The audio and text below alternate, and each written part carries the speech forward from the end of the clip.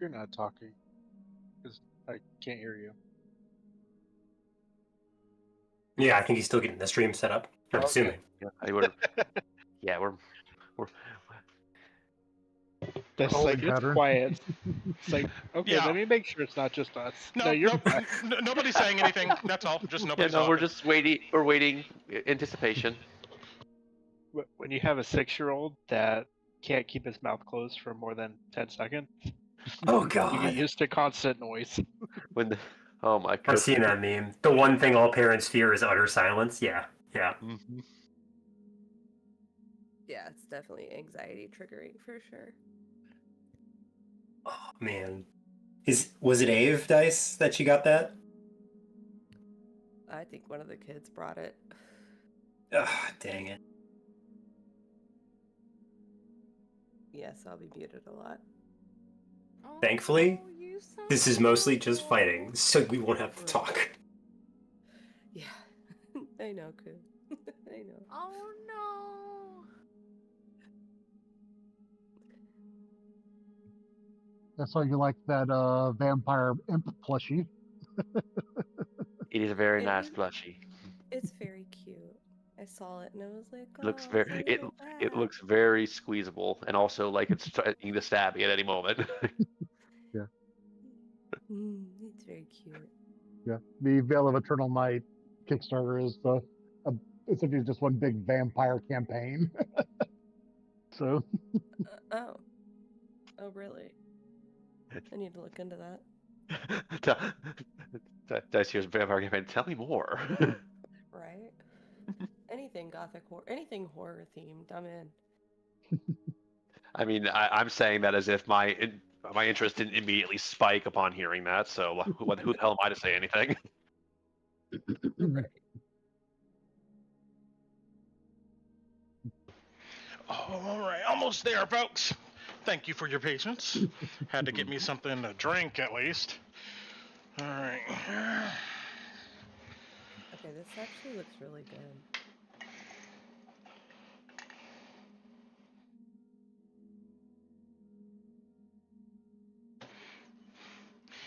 And I am probably gonna have to get up here and grab this pizza from the front door too. So expect that.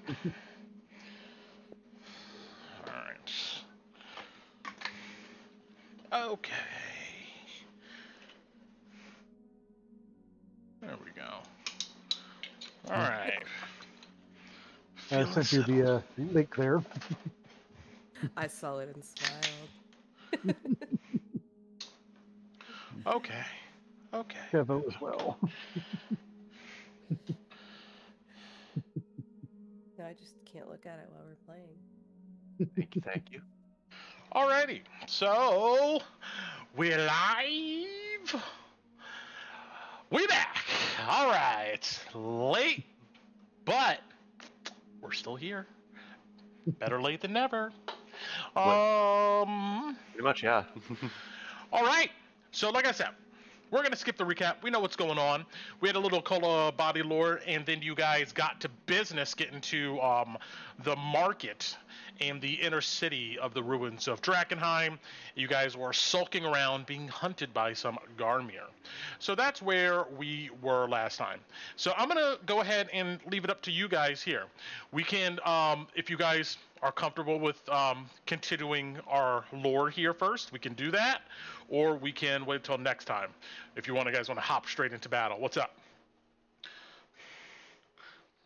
How are you feeling, man? Do you mind going right into the fight, or do you want to do more cold body stuff?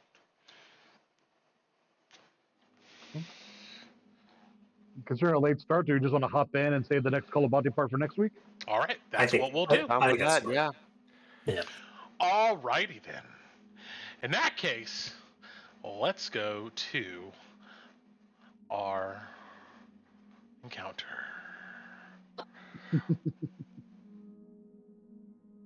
All right, so the last time we left off, you guys were playing cat and mouse with these Garmy here.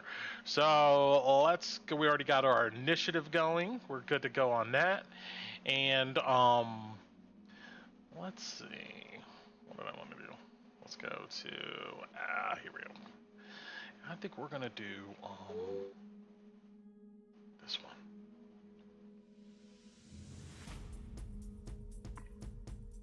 Oh, no, I can't do that one. I have to do... That's a special track for later, but, okay.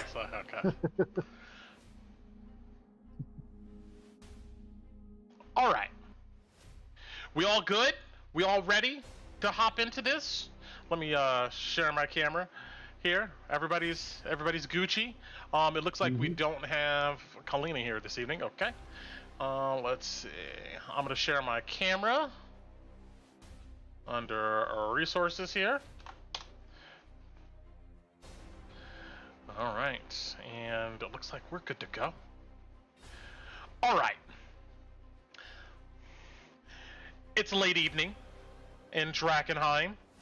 The time is about 6 o'clock here now. It was like from 5:30 to about 6. It took you guys to go ahead and get to the market here. We're gonna go ahead and say, and yes, the air is full of haze. There's these ruined, dilapidated tents among you guys, and you're looking for these Garmir. So let's go from the top. Tinu, what are you doing? You see that this Garmir just burst into this tent and seems to be quite fixated on taking you to the ground here. What are you doing? Oh no, I'm not ready. Well, it's ready for you. I am going to. I don't have anything that will let me get over. Oh, I do. No. Okay, let me see. I should have been doing this. I'm sorry, Brett. No, you are absolutely fine. I'm gonna go. Smell its breath. Wait, this is. I don't want to use that yet. Doggy breath. Oh my god, I'm gonna do what I told though. I'm gonna whip this guy and try to grapple him. Tito's gonna be like, Bonty, he's right here. I don't know how you want me to do this.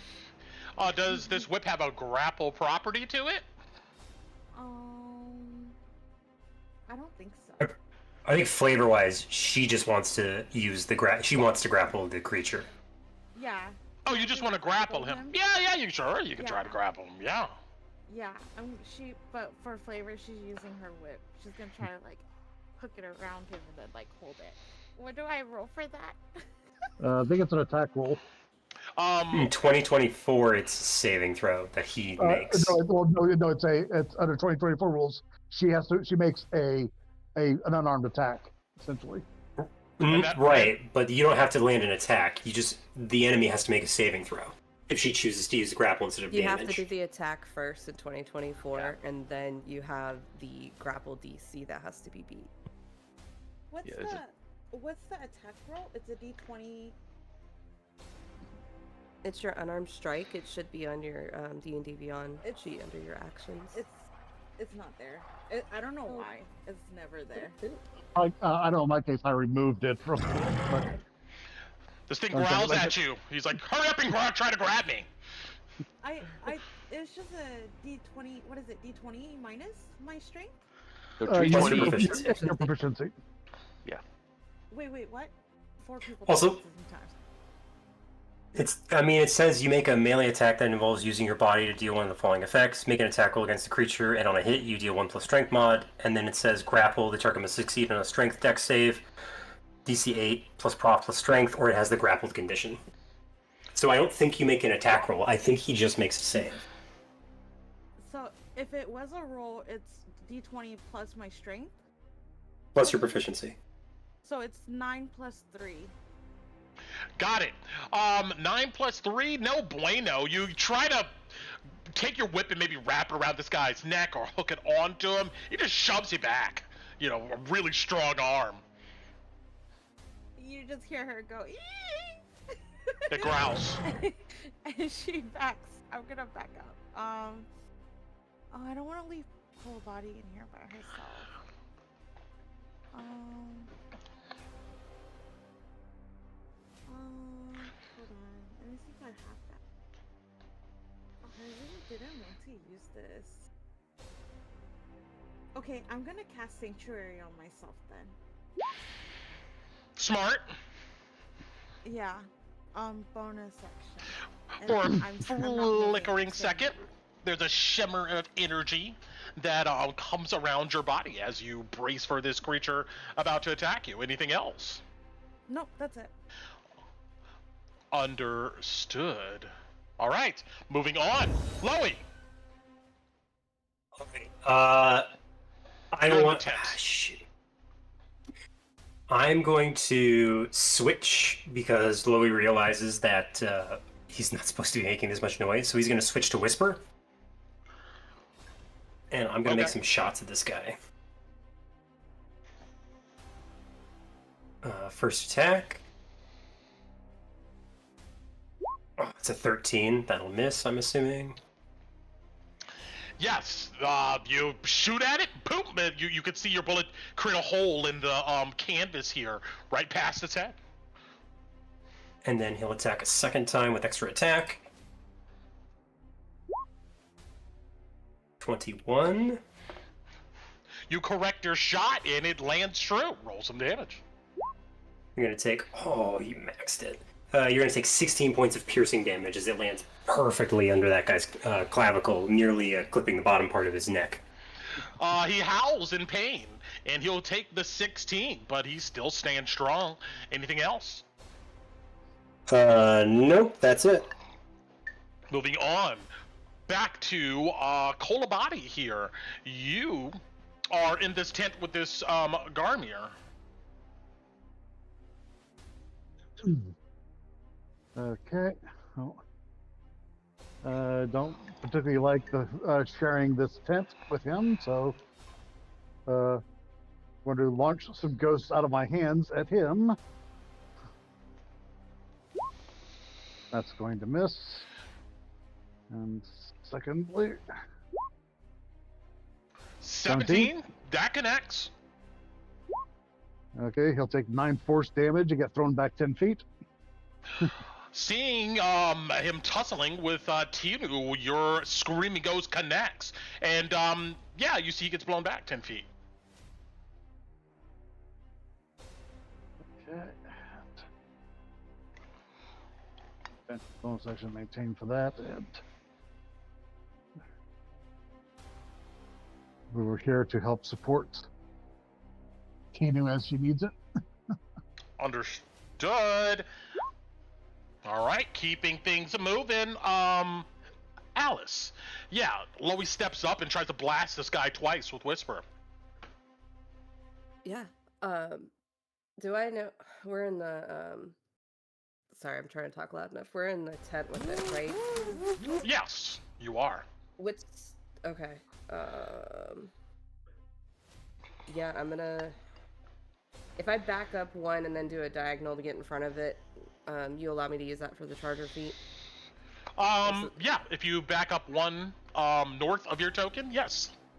Yeah, okay. Yeah. So that's what she's gonna do. She's gonna back up one and then come forward to try to charge at it and hit it. Soon as you run up to it, it instinctually turns its red eyes and looks at you. As a reaction, it backflips out of the tent away from you guys without provoking attack of opportunity. And Cool. That was 5, 10, 15. I'm gonna follow right after it. Hold on. Alice will keep chasing it.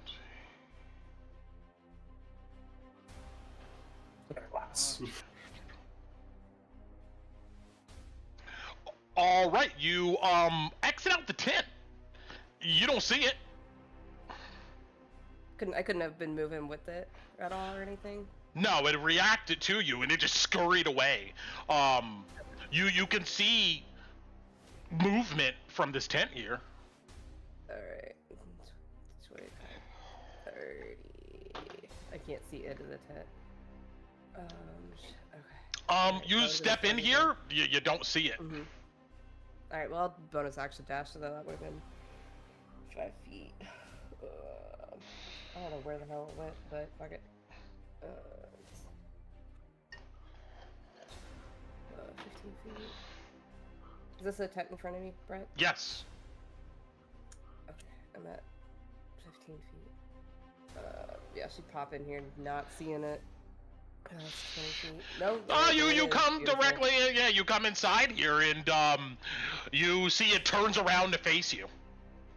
Cute. Do I still get my charger since I was chasing after it? No. You had to Okay. hunt for it. I don't think. Yeah, it was just...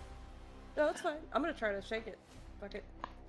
I'm gonna try.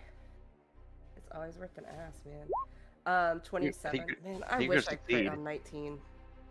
Yes, One that day. connects. One day. Every rogue's wish. The crit extended crit range. Yeah. Did it take 23 damage? You stab into it. It is still there, although bloodied. Alright, cute.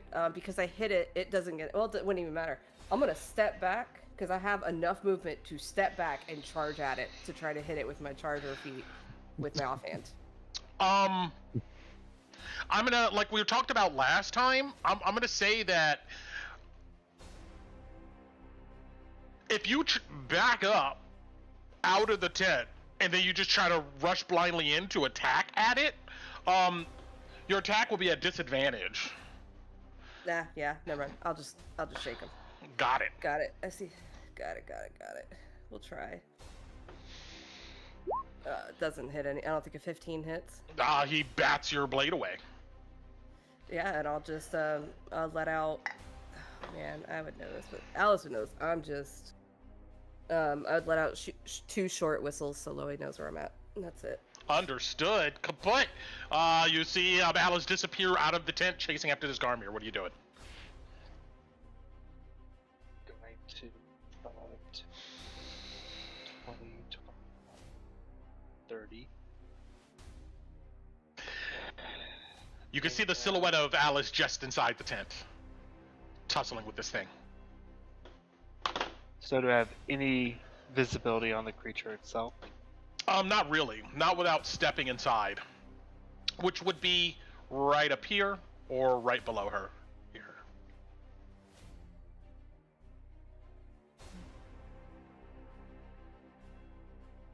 Fine, I'll get next to her. Alrighty. Got it. You burst into the tent, ready to slug away. Meanwhile, Torin, to the south here. Oh. Oh, I'm sorry. Right. Anything else? Yep. Are we good? Yeah. No, because I still have action, so. Go for it. What would you like to do? I am going... You know what? I'm going to take 2 punches at it, because I can. Understood. And... I'm going to go ahead and Booming Blade, and take the first attack.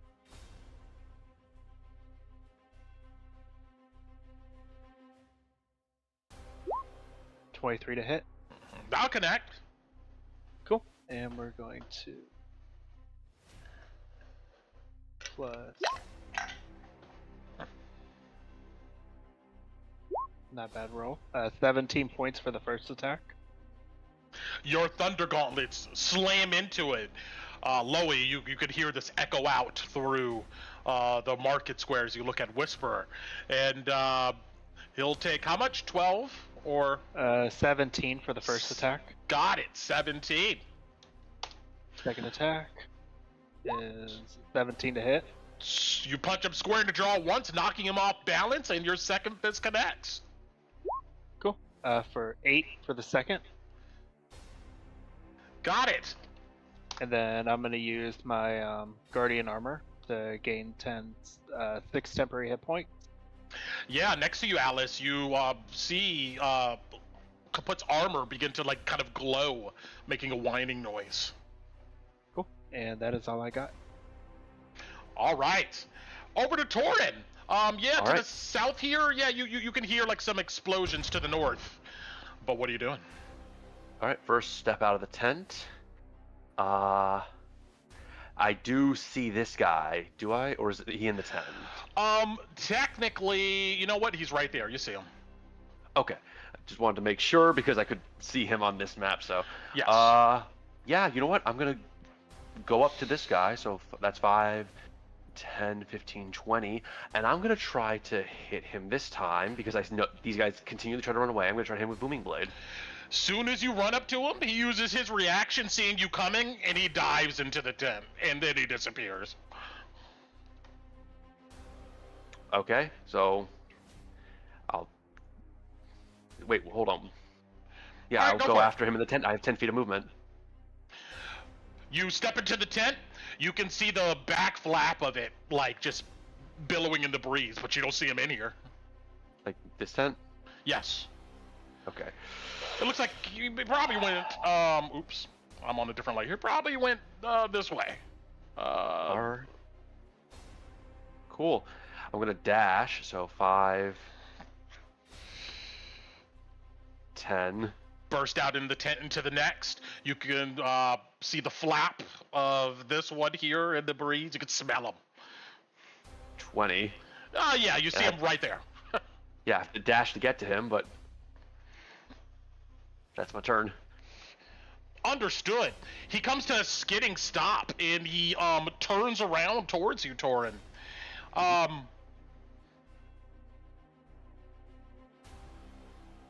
Actually, you know, wait a minute.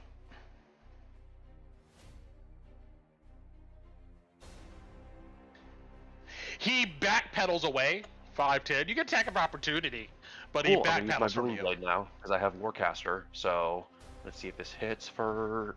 Oh my gosh. You Never swipe. mind. I'm not doing anything. Oh no.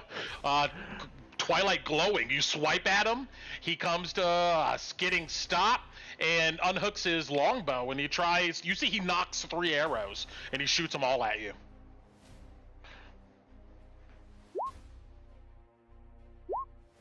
There's a 16 hit. The 26 hits. Gotcha. Before he shoots at you, though, he will use a bonus action, and you feel a static energy around you, Torin, and you feel like something's looking over your shoulder as he hits you with a spell-like ability here. One of those attacks will land. You'll take 8 plus 8 piercing damage and an additional 4 force damage as 2 other arrows whiz by your head. He moved 10 feet.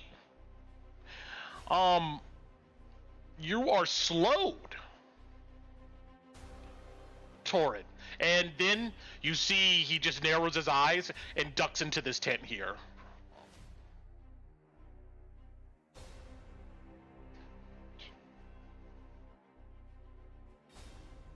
That's my turn. I can't do anything. Yes, Tinu, you feel the static energy disappear from you.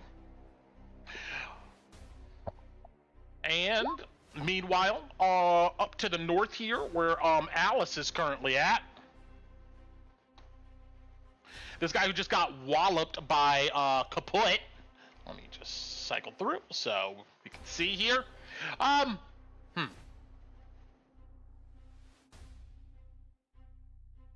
He'll also hop back. No, he's not gonna do it. You see this guy's, he looks pretty, blood is coming out of his snout from being punched. He drops his bow, and you see he slides a spear off of his back and tries to impale you, Alice. Two-handed. He's gonna try to strike once, and before I forget again, Loey, you feel a static energy leave you, and Alice, you feel an energy around you here.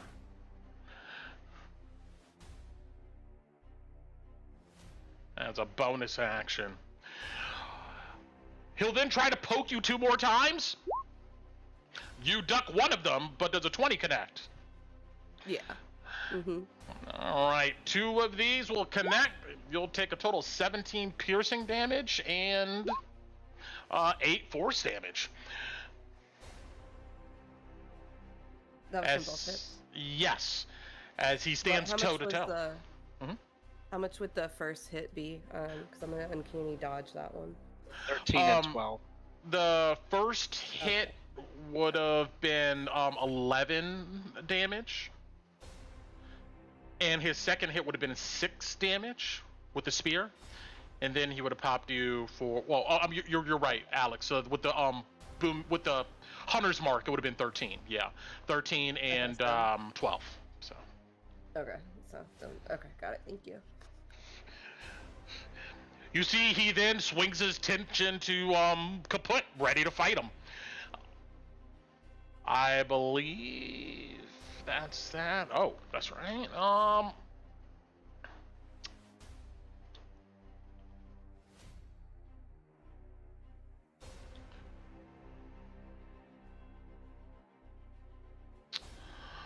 And let's 1, 2, 1, 2, 1, 2. Does a 16 hit you, Alice? Yeah. Yes.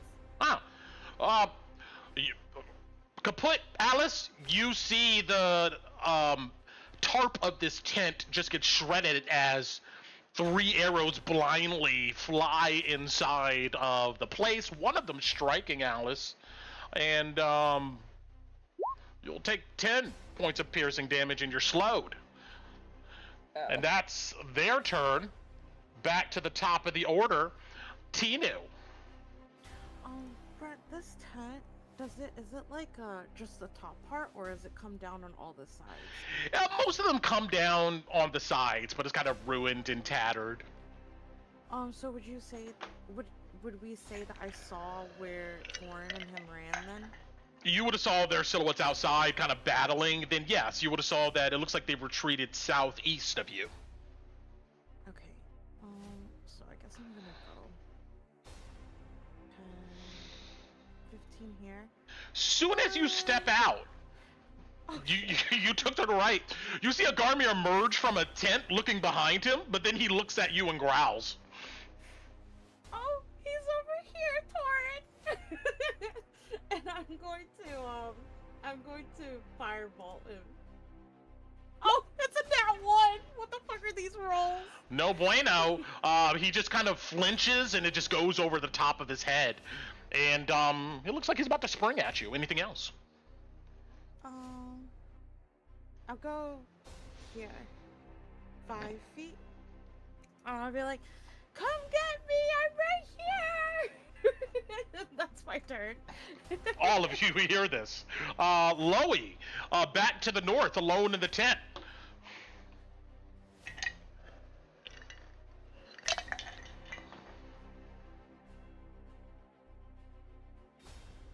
You pop out, you can see the edge of kaput in... yeah. You run back and forth. Ah, shoot! I forgot his big. Yeah, he pops out of the tent, sees kaput, rushes down the alley, try to catch up. He's gonna run around kaput so that way he can get on top of this. So actually, because I can't...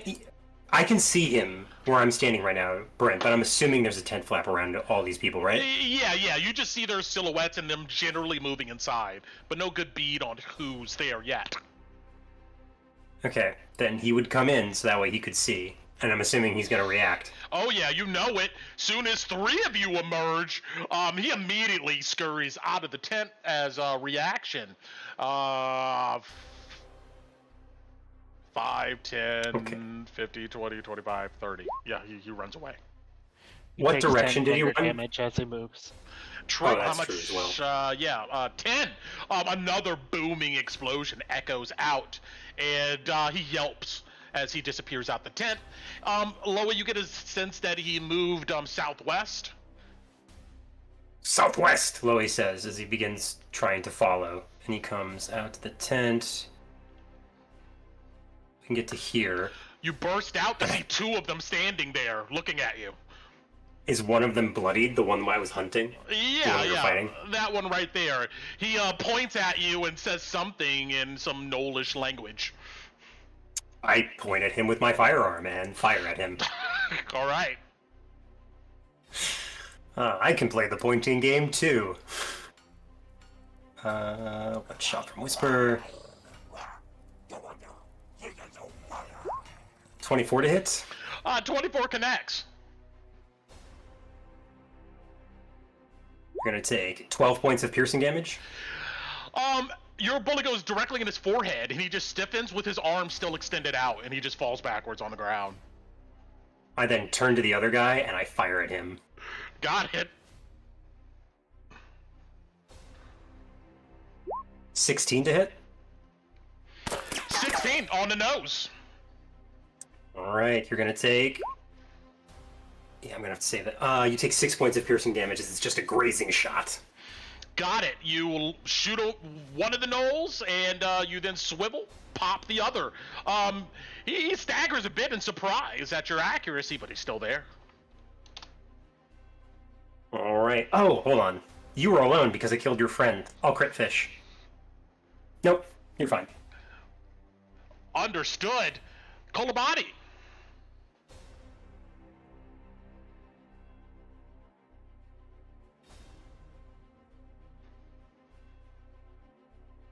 You hear, you may be muted, but yeah, you hear Tinu shouting.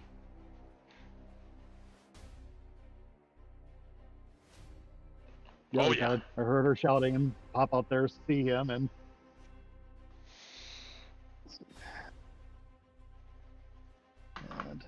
he's going to get some ghosts as well. First one, missed.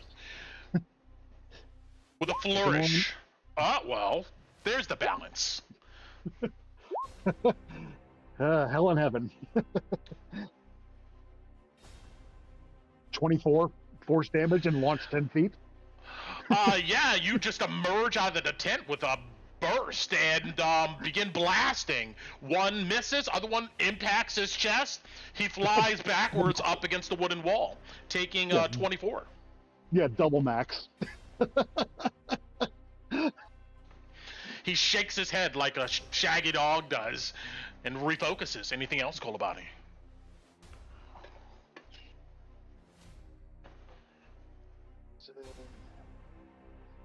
I guess I better stay here to keep supporting Tinu, so that'll be my turn, and maintaining connection with Alice. Got it. Meanwhile, you focus into Alice to see she's grimacing against some wounds. What is Alice up to? I heard the one is in the southwest, right? You said. Yeah, you saw Loey Chase run through the tent, shooting his gun. Okay. And you're close enough to hear a whisper, because you're pretty close to Yeah. fire the gun. Oh, beautiful. Am I still slowed? Did the one that got killed have the slow on me? Yes. Until the start of the Garmir's turn. Okay, so I'm still slowed. Alright, so that was 5. That's fine, I can see him now, I can charge him. Oh yeah, you limp out, turn your head and look at him. 20, yeah, I'm gonna go and try to do my one attack that I can do against him. I'm gonna try. We'll see what happens. You sprint, I'll grimacing take against a the crit. pain, and you leap at him. Brutal. Yeah. Oh man.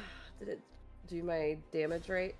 It didn't do the No, you gotta roll your crit on top of that. Oh my god, it's so many dice. Okay, well I'll roll So my another 3d6, Uh-huh. and then 2d8, Yep. And then another another d8. And No. Just one more d6, I think. Yeah. No, one more. No, you need another d8. from the what? charger, because the charger crits as well.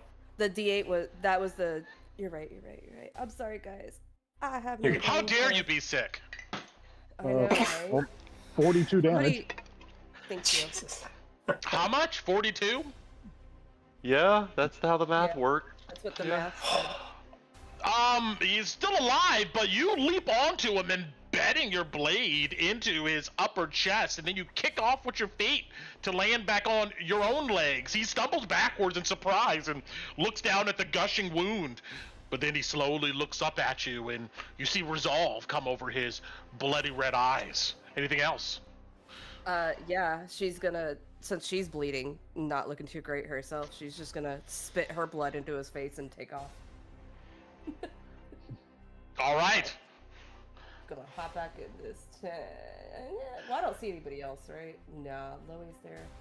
Yeah, fuck it. Come get me, bitch. Yep. Meanwhile, Turnabout is fair play. Spaghetti, 5, 10, 15, 20. Is he gonna react?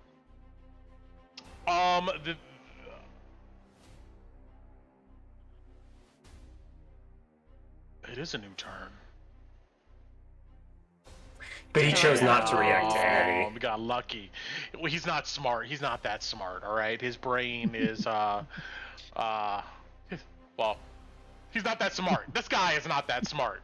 He got surprised because his friend got killed, and then he immediately gets like shanked in the chest. He's like, "What the hell?" But you better believe he's out of there now. 5, 10, 15, 20, 25, 30. You see he begins running away from you, Kaput. I only have another D6, Brent. I was 1 D6 short for my crit. Oh, because of your short sword. I forgot. You don't just have your sneak attack die. Short sword. Got it. Yeah. -4. Actually. Well, do I need to roll it? Wait, hasn't rolled. So we're at 42. So 2. another 2 damage. Just two. Understood. Every point counts. Really does. So I'm just gonna use 30 feet this time, and I am going to, as an action, cast Magic Missile on him. Got it. So. Dodge this.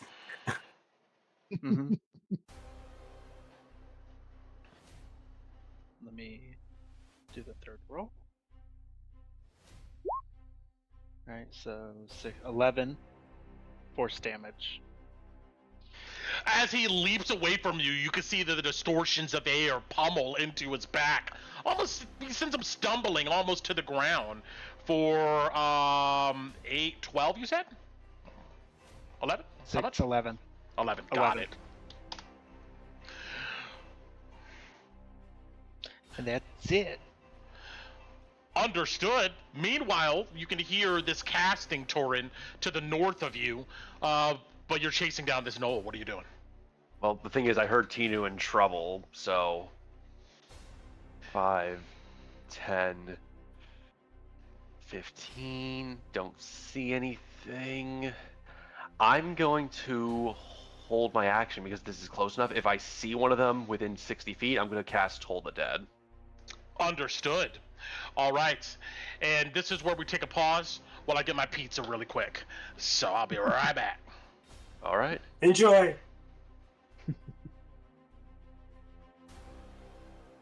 All right, quick round table. Favorite pizza flavors. Let's go. I can start. Pepperoni and pineapple. I know. I'm a horrible human being. Keep going. I mean, here's actually I will. Chicken. Yeah. I will say my favorite is pepperoni sausage and mushroom. But honestly, recently I've also really enjoyed buffalo chicken pizza. Ooh, the spice kills me. But when I used to have gochujang on stuff, it was yes, yeah. I know the blend, Kev. I know it. Yes, very good. I have a slice in the fridge right now, and I want it. Carl, you're up. Favorite pizza flavor. Go. Quick before he sits down. You gotta say it. Well, I guess favorite is probably just sausage and mushroom. Hey. Okay, all right. Hearty pizza. I can appreciate that. I used to also like garbage pizzas as well. And I don't mean that as in bad. Hold on, wait. Garbage pizza is very specific. Everybody knows what garbage pizza is, okay? I know, but just the way the Shots sentence, fired. the context of the sentence went is just. Shots fired. What's garbage pizza? Oh, you never had Koo. You ask the pizza guy, what toppings do you have? And when he says, here they are, what would you like on your pizza? You tell him, yes. That's garbage pizza. God, I hate customers like that. Yeah, no. Here's the Tell me thing. what you want. No, I want It's literally everything on the pizza. It's literally when you just overload it with toppings. It's which. Oh.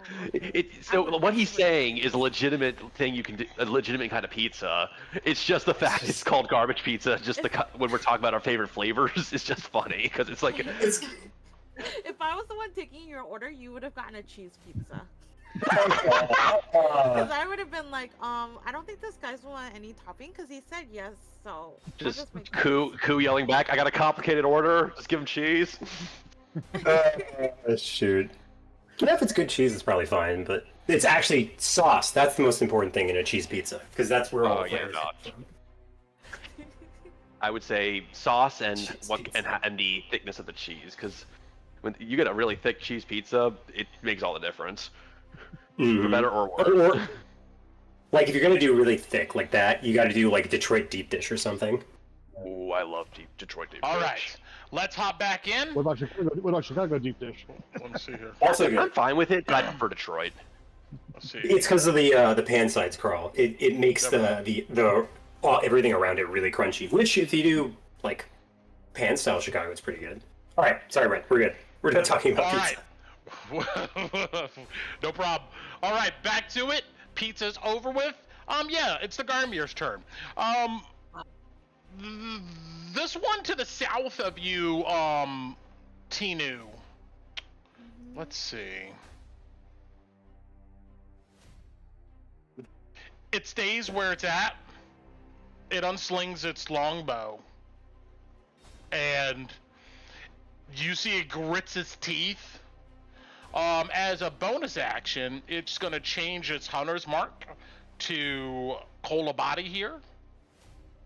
Oh my gosh, Mati. And he's going to knock 3 arrows and take 3 shots. At who? Kolabati. At Mati. Hey, Kolabati hit him with a bunch of ghosts. See him. 12, 23, 11. Well, these guys aren't doing too hot. I imagine 12 and 11 miss. Yep. All right, you'll take, yikes, 12 points of piercing damage and an additional 2d force. And with that, Okay. you see he immediately runs. Coward! Tinu yells after. The one up here that just got hit with magic missiles gets to his feet, turns, and with a howl, you see it drops its weapons and then leaps at Kaput. Jaws open. Oh no. I know you're so scared, right? Oh no. Well, does a 20 hit? Meat. He leaps at you and bites you on your upper shoulder. He yanks his head away. He tries to bite you again. Oh, this guy! He dives back in. And then one more time. Oh, shoot. Does it 18? No, okay. Well, you will take a total of 12 points of piercing damage as he bites into you.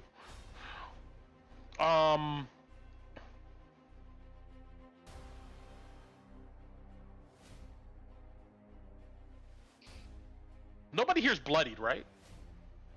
No. Okay. I'm not. Cool. Yeah. Well, okay, you are, but that's fine. That's it for them. Top of the order. Tinu, what do you do? This guy shot at Kolabati and then dipped out. Yeah, did I see him go this way or this way? Your first ping was correct. Yes, to the south. Okay. Tinu's gonna run after him. So 20 feet here, and I see him. Oh yeah, he's running. Yeah. He's running this way. Come on, that's it. Wait. Ooh, Kush, 24. Tinu shouts? Yeah, Yes. Tinu's definitely yelling at you guys. Okay. 12 damage. Oh, you hit him with what is this, a sacred flame? It's a fire. Firebolt. Got it. It slams into his back. He stumbles forward, falls, but tumbles back to his feet as he limps, continuously trying to get away from you. But he's still alive, although barely. I still have 10 feet, so I'm gonna keep running. He's going this way. Go 10 feet here. Understood. Yes, Loey, you hear to the south your other compatriots screaming about something. Yes. I'm going to help Kaput finish this one off before I go check that out.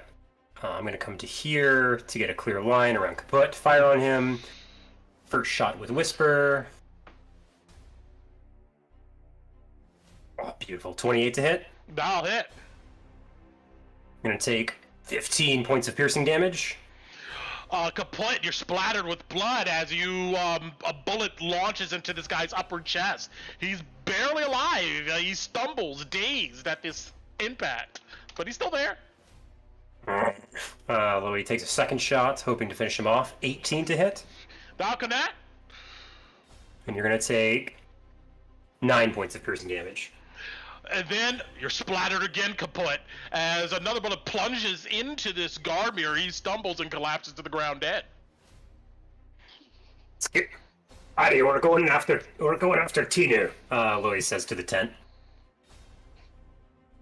Okay. And hold on. That's how you said that, huh? Let me make a check real quick. Nope, he's too distracted. Alright. So he came to there, so he's got 25 more feet of movement. Kaput, you see Loey heading down the square to circle around the tents, sees Bati, and asks, "Where's Tinu?"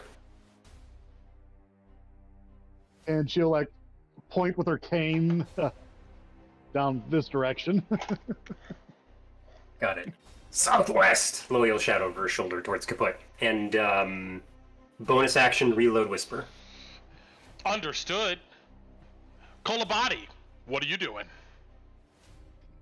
Nope. As trying to see for the angle, the arrow that was shot at her, you see like there's a spectral hand like holding the point just barely above the skin, and it snaps it in half because that didn't penetrate her temporary hit point. And 5, 10, 15, 20, 25. Move to here. You see him. He just got shot in the back. Well, he's getting shot in the back again. Yes, he is for 23. He'll take 8 force from that one. You send him flying. He catapults over the fence into the patio area, knocking over the furniture, and he like kicks his legs in agony. And then he stops moving. And all is still. Oh, good job, Vati. Tinu kind of pats your arm. We got him! Yes! The rest of you, I'm closing out the initiative order here. Actually, I'm just going to remove all turns. You all are silent for a moment, trying to evaluate the situation, if there's any more enemies present. And everybody kind of comes to their own conclusion here that it doesn't seem like there's any immediate threats. And you can move yourselves where you would want to be. But I will need everybody to roll me a group perception.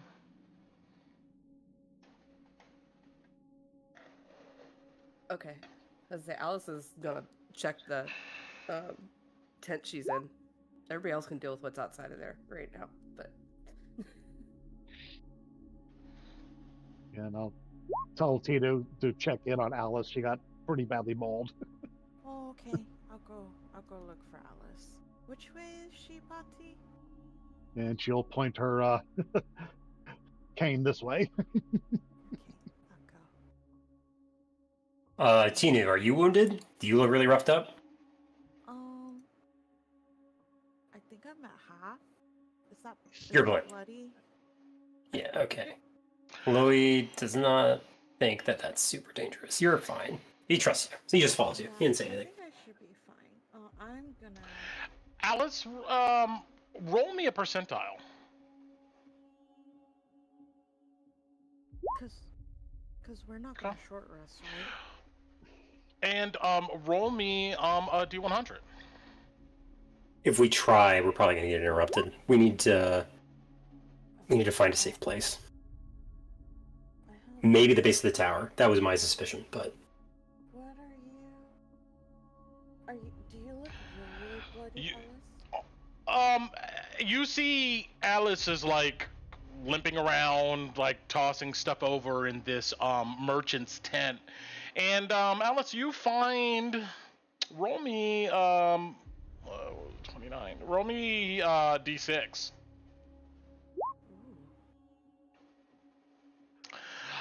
Under old rubbish, you find a small money box. Inside of there looks to be the money box is empty. It's actually broken, but around it on the ground, you find 3 gems, each one of them worth 25 gold pieces. Cool. Yeah, and she'll kind of like be picking up the gems and like stand up and. Yeah, you look around and Okay. realize that you're in like in a jewelry shop of some sort. Nice.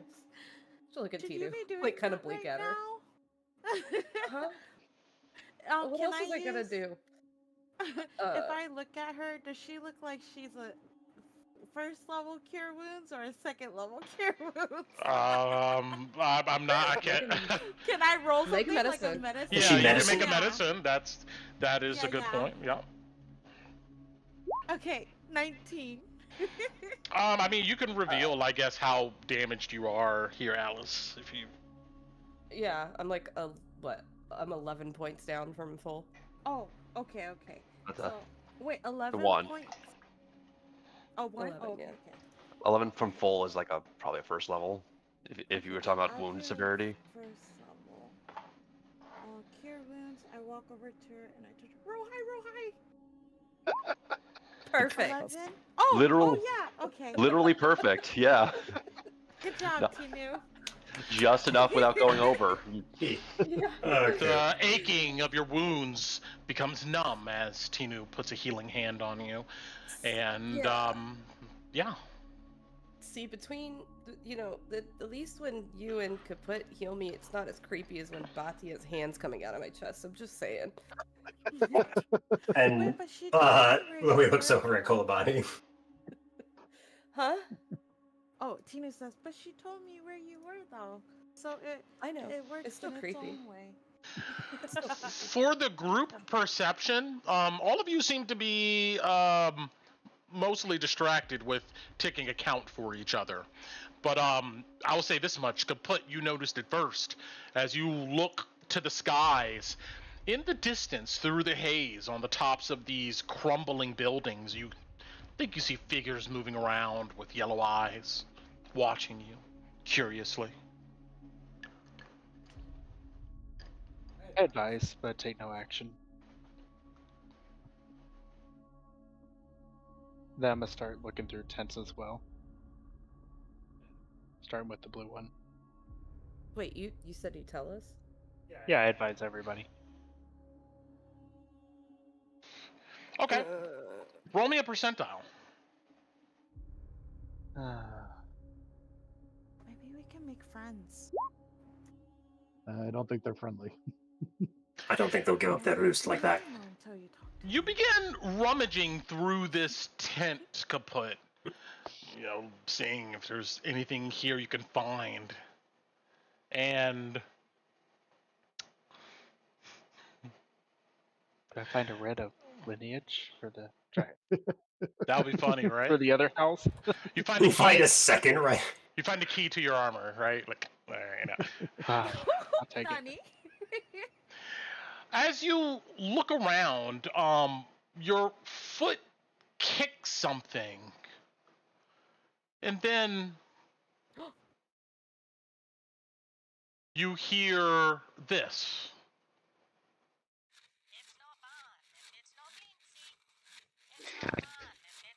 Oh my god.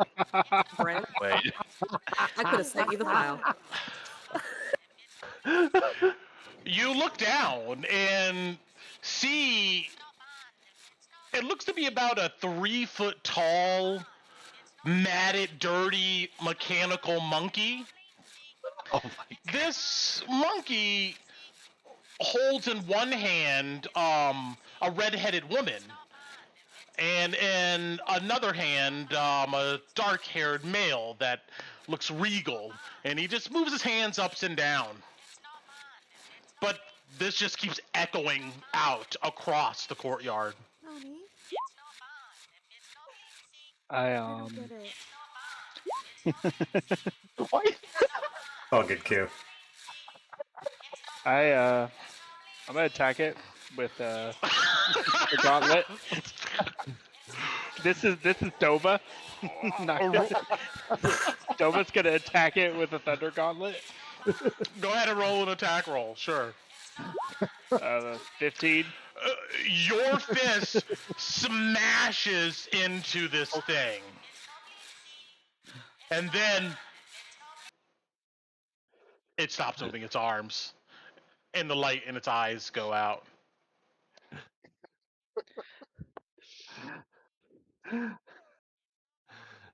Good. All right. Well, thank you for the humor, Brent. I needed that. No problem. And there's absolutely nothing of value in that one, so Unfortunately, no, yes. we can fuck off from that. I don't know. I think we all got a little bit of value out of that. Oh my god. Except me. I had no idea. You'll what get was there, going Koo. on. So, Well, I've got it. we've got a choice. Some of us could go around the market. If what Kaput says is true, I don't think those birds will attack us soon. So we could search about, maybe take the opportunity to loot what we can find, and then make our approach. It's not as if they don't know we're coming, or that we're not here. You think back to what Kaput just told you about things on the roof, watching. And as that sound of that toy echoes out, and you guys look around, you see you have an audience. Silhouettes in the distance. Just watching you guys. Winged silhouettes. You think you can see creatures flying about. Fuck that. I'm gonna. Nope. I'm gonna go in this tent and look. Should we really not try to talk to them? I can go try to talk to them. Tinu starts to go like, Tinu, considering what we just went through, that's probably not a good idea. well, we never What? know. Are you gonna start talking to the Garmir? Oh, I would have. Okay. You guys left me. Without there being any threats, I'm gonna say that each one of you guys, if you're gonna search these tents, each time it takes 10 minutes. Oh, okay. Maybe just one round of searches? Yeah. I see a pink tent. Tinu gets distracted. Did the Garmir have anything on him valuable that we could tell? No, the weapons look pretty rudimentary, handmade, nothing that probably an adventurer in Emberwood would use, unfortunately. Okay. Well, I found my tent. Okay. Tinu looks in the guess- pink tent.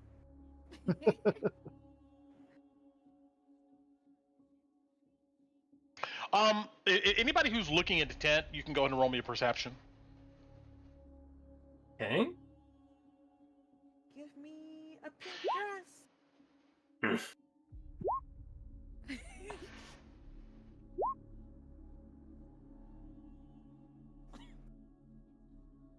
Alice, Tinu, you guys can roll me percentile.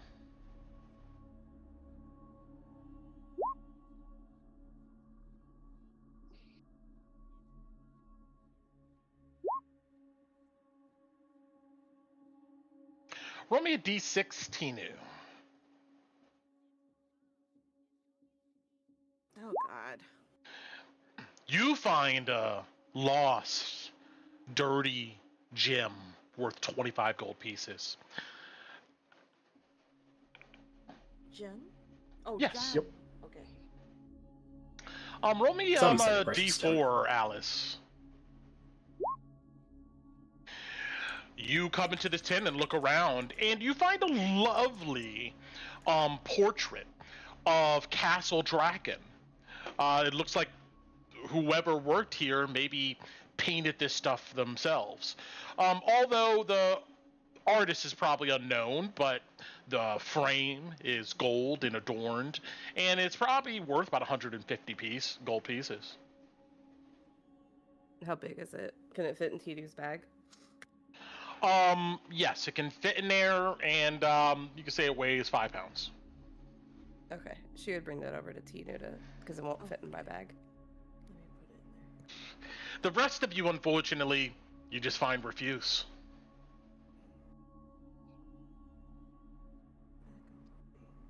Yay, just what I always wanted. Loey, as you come out and look down these haze-choked corridor here, through the haze you blink, and you see a sign on this building that says Alexan's Infirmary. There is some statues. Well, there's more carvings in the sides of the bricks here that seem to depict some saints, probably of the Sacred Flame. Are the others done searching as I see Addie come out of the tent? Yeah. I'm gonna go quick check the building and we can talk while we're in there. Okay, I'll dash into the building. She doesn't want to be outside. Sure.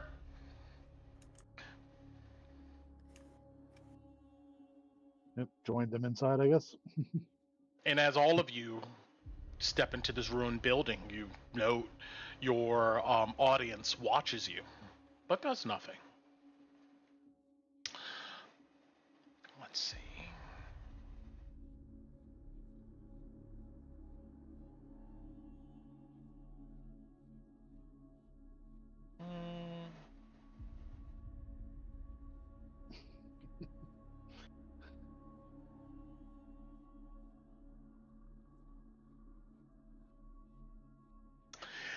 Warren, did you not roll your perception check before?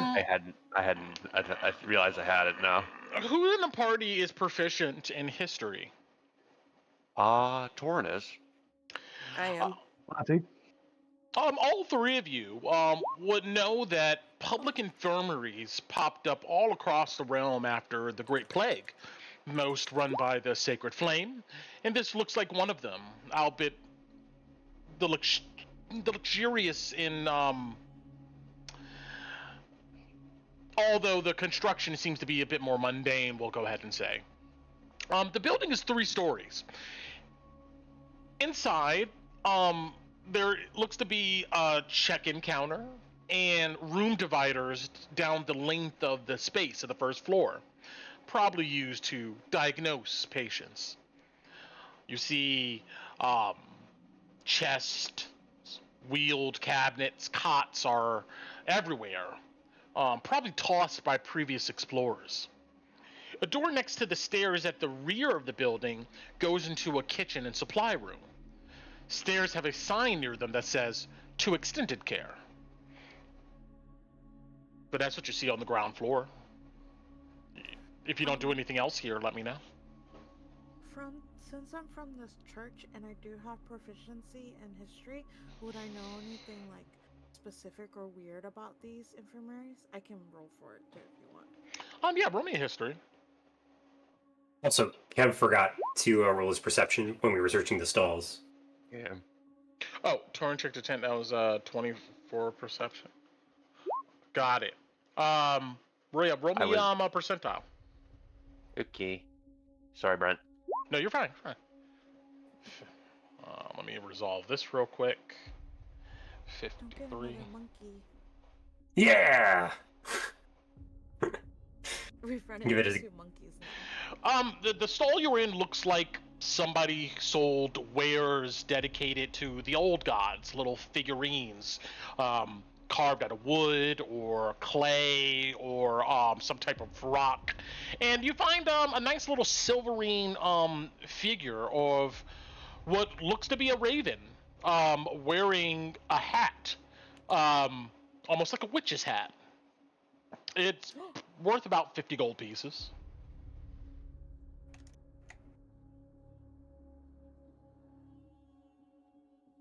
It's Patty.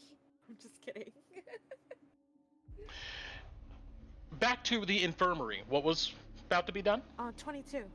Yes, I got was it. Checking, yeah. I remember. All right. Just thinking about this, you would know that the Church of the Sacred Flame worked with the Arcane Academy in trying to resolve issues of the plague. And from that time period, there seemed to be emerged a field in Arcana for Mageborn called mutagenesis. But that's the only thing that comes to mind. Did they, at the time, did they know about using holy water to cleanse contamination yet? You probably think no, because obviously prior to the meteor falling, that wasn't an issue. But you would imagine that nowadays, considering you guys have, cured yourselves using purge contamination, that the church knows holy water probably is a large component to cure folks. Would they have had any type of diseases like that they need? Okay, so I'll just straight up ask you: is there any holy water here? Or would it be stored here? You imagine there could be. I mean, it's an infirmary. So, yeah, roll me a perception. Yeah. Okay. I mean, we could do a 23. group perception here. You guys are looking around. I'm going to say Tinu, though, with your 23. As you look around this place, but everybody can still roll me a group perception. You don't find any holy water, but you do find an undiscovered healer's kit and a potion of healing in the trashed supply room. Oh, shit.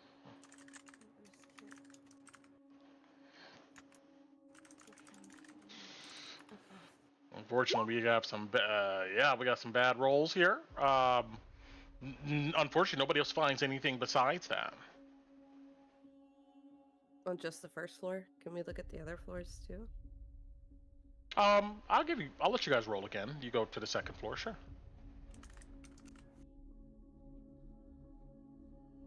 Okay. Or the upper floors, we'll say. Okay. I was just putting that so you have a break in the chat. Yeah, Alice would want to go up and look at the other floors. Okay.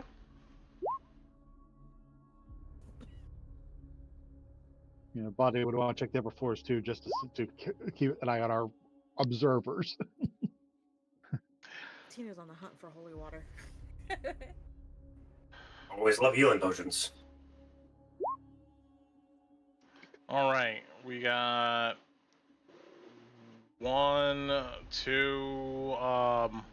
We need one more, I think. I think we're waiting on Torrent. Yep. It's up to you. Oh my gosh. Damn. Yeah, you guys look around on the upper floors and unfortunately don't find anything.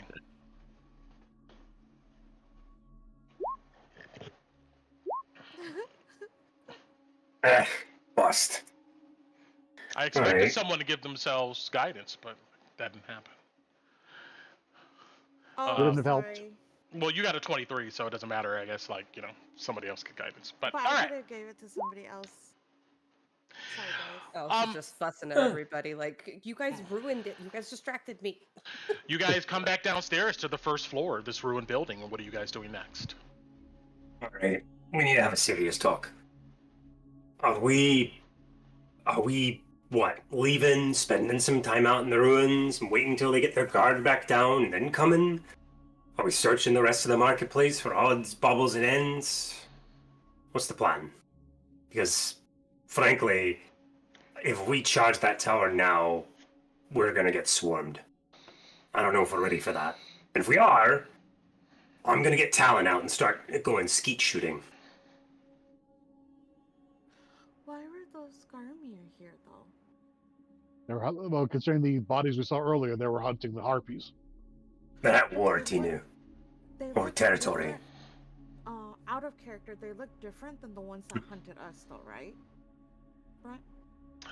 Like, fur-wise? Like, No, you I mean, mean, like, they look physically? like probably part of all the same pack of Garmir running rampant throughout Drakkenheim. Oh, okay, because these have clothes. The other ones didn't. So I thought maybe that was something no. different. It's just the Yeah. image. Oh, yeah, hold on, that might be. Yeah, these guys happen to just care about their appearance a little bit, you know? Oh, I thought maybe they had a reason they were here. That's why I was asking, like a specific Oh, reason. that doesn't mean that's not true. True. So maybe if I mean, they don't show back up, like okay, so let's just say, okay, you guys know how I go on tangents. Let's just say they're on a recon or reconnaissance, right? And then if your reconnaissance team doesn't show up, what do? You would go after them, right? But I'm not sure if the Garmir would either, because they could either A, come here, come after them, or B, they don't care about their friends and not come and just say that they're dead. is this the part of the distraction plan we were talking about? Do you know? Well, earlier, yes. I was just assuming though. I'm not trying to push it on us or anything. I'm just saying, like, No, if it no. was me, and if I had a recon and the recon didn't come back, those are my two decisions: go after them or decide they're dead and call it a day. Well, I'm fairly certain they were here hunting the Harpies because it looks like it's a turf war in this area. We saw plenty of corpses filled with Garmir arrows in the front of the market streets. Yeah. So the Also might Garmir are explain probably why they're trying not to attacked. territory. Yeah. Might as well explain why they're not attacking us. They just recently took some decent losses. They're being cautious. Yeah. So if they, wouldn't that mean they might be weak right now then? There's a potential that this might be an opportunity for us to strike. But they know we're here, so, Not really an element of I don't surprise know. right now. I don't know a damn thing about Harpies, to be honest. Anybody else? Brent, is there a role we can Yeah. do for Yeah, that? if you're proficient in nature, you can roll. Nope. They're friends. That's what Tinu says. I think they're friendly.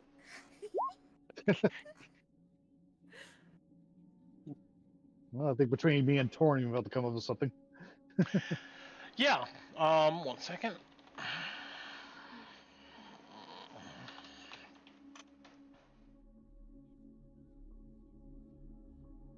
Knowledge, skills, we got them.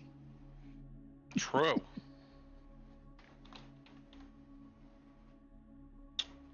Oh, yeah.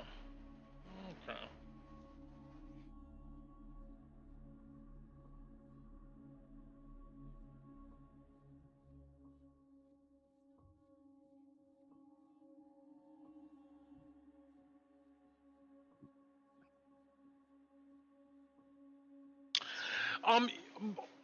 Both of you, Kolabadi, Torin, from your various travels, any light reading or interest in strange creatures, you would know in this realm that these monstrosities are rare, and they are considered generally like demonic entities to the average person.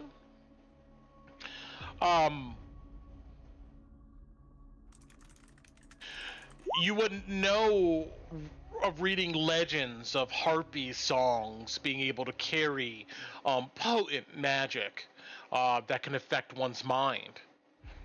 You would know that.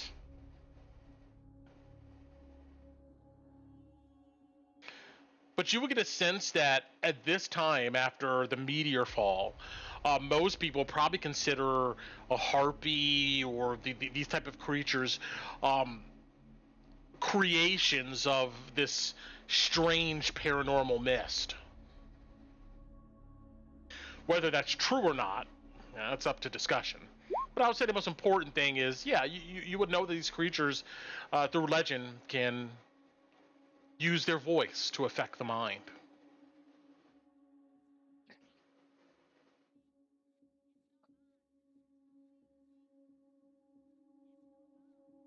Yeah, relay that to the group. Any information we got from that to the Yeah. group. Yeah, so we can. So because of that, I don't know if some people here need to stuff their ears with a candle wax or anything. Is it all of them, or is it just like the special ones that can do that? Do you guys know? What you guys call a body? I mean, you would know that there's probably different types of these harpies, and the degree of what they can do with this power voice varies. You probably couldn't say all of them do the same thing, but you probably would know that. I guess these creatures that are more potent or powerful or have better tools probably have more powerful voices or songs. Definitely Give it to me, relay that. Yeah, relay that to them. It's like they. It depends on if they like specialize in different harpy song or whatever, but they can't affect the mind. So I'll give it- they can. The stronger they are, so can they like? Let's say one person singing isn't that strong, right? What if 3 people are singing at the same time? Does it work like that? But I don't know if they have choirs. Yeah, you don't know like if they have choirs, but I would say Kolabadi, Torin, you'd imagine that these are creatures that work together with each other, and they seem to be intelligent, and you get a sense that they probably can use these powers collectively. Well, question then, and I don't think this is too far off the point. Do they eat folk? Golabati, Doran. Are they man-eaters? Only thing you guys would know is that they have a love of hunting, but whether they eat their prey, you have no idea. I would be able to answer that till we found their lair and see what kind of bones they keep. Yeah. so That being said, just by the fact they're in conflict with a Garmir, which, while not humanoid, they're probably very, very territorial. True. So- Yes. maybe okay. You guys are gonna hate what I'm gonna say, but hear me out, okay? Okay, So if we split the party, I hate it. I know. Just listen to me. I already know. So, because so if what you said is true, and if we get closer and they have some kind of singing magic that's gonna make me go crazy, shouldn't we stay far away? So if we split the party and like we go at it from both sides, and then we stay out of range and do ranged attacks and take down as much as we can, since the attack is coming from 2 different sides, they will have to split. And Well, then after that, you guys will have to I connect the do rest have of a the I do have an option to help there. I'm carrying candles. We can make wax earplugs. Is that gonna work? The whole point of the song is that you do need to hear it. If we're able to deflect that and not hear it, then it should be able to help us against the effects, if not block it out. I'm not all rough. Of course, the directions like you and Alice use are probably also not going to be available to us, but How do we saw how big they were when they were laying on the ground, right, Brent? Yeah. They're as big as us, right? Yeah, Or bigger. they're about medium creatures. With their wingspan, they appear bigger, yes. Oh, okay. Yeah, that might be a better idea then. Because if we split up and then they're flying at us, we could probably only take off like 1 or 2. They'll probably leave and get out of range, although I could probably fire one down with Whisper. Got a pretty long arm here. Well, and if the second part of that was if I know you guys aren't going to do this, I'm just getting it out of my system. If we do that, we're going to be making a lot of noise because you're guns, and then I'll probably be loud, and then that might pull Garmir back in, or it might pull that big guy from Torin's house. The Executioner. Like, oh, I shouldn't have said that. But she would say, and maybe we can kind of work that out to where it works with us, if that makes sense. I mean, They if it can move away happens, from him, If it happens, Tina, it happens. But I'm not going to rely on wrangling some beast to come screw with the Harpies while we're in the midst of fighting them. No, that's what I know, but I'm just saying, like, what's her name? The Hylash did say that if we make a lot of noise, then we might draw something here or something. As you say that, you look around on the rooftops and you just see a bunch of eyes of creatures just looking at you guys. Above the building that we're in right now. Yeah, you look up to the building on top right now. Yeah, you see that there's 2 of them. They just peek above the edge of the roof looking down at you. So, here's my question. Are we waiting till we get to the edge of the tower and trying to get in to start the fight, or are we doing it here? Because I count at least 2 targets above our heads that I could easily try to shoot. That we could open up on. Bati, how long will it take you to make the earwax things? Can we just do it right now, or is it gonna take time? Well, I can start cutting pieces off and you can start stuffing your ears if that's what you need. Okay, I think we should do that first. Like, if this is gonna be a fight, then it's gonna start getting intense really fast. We should make sure we're fully prepared before we make shots. I could. You do notice, Ku, past Torin here, as you guys are kind of outside of this infirmary. There looks to be a chapel by the same name, St. Alexian's Chapel. Oh, does the roof look intact? Yeah.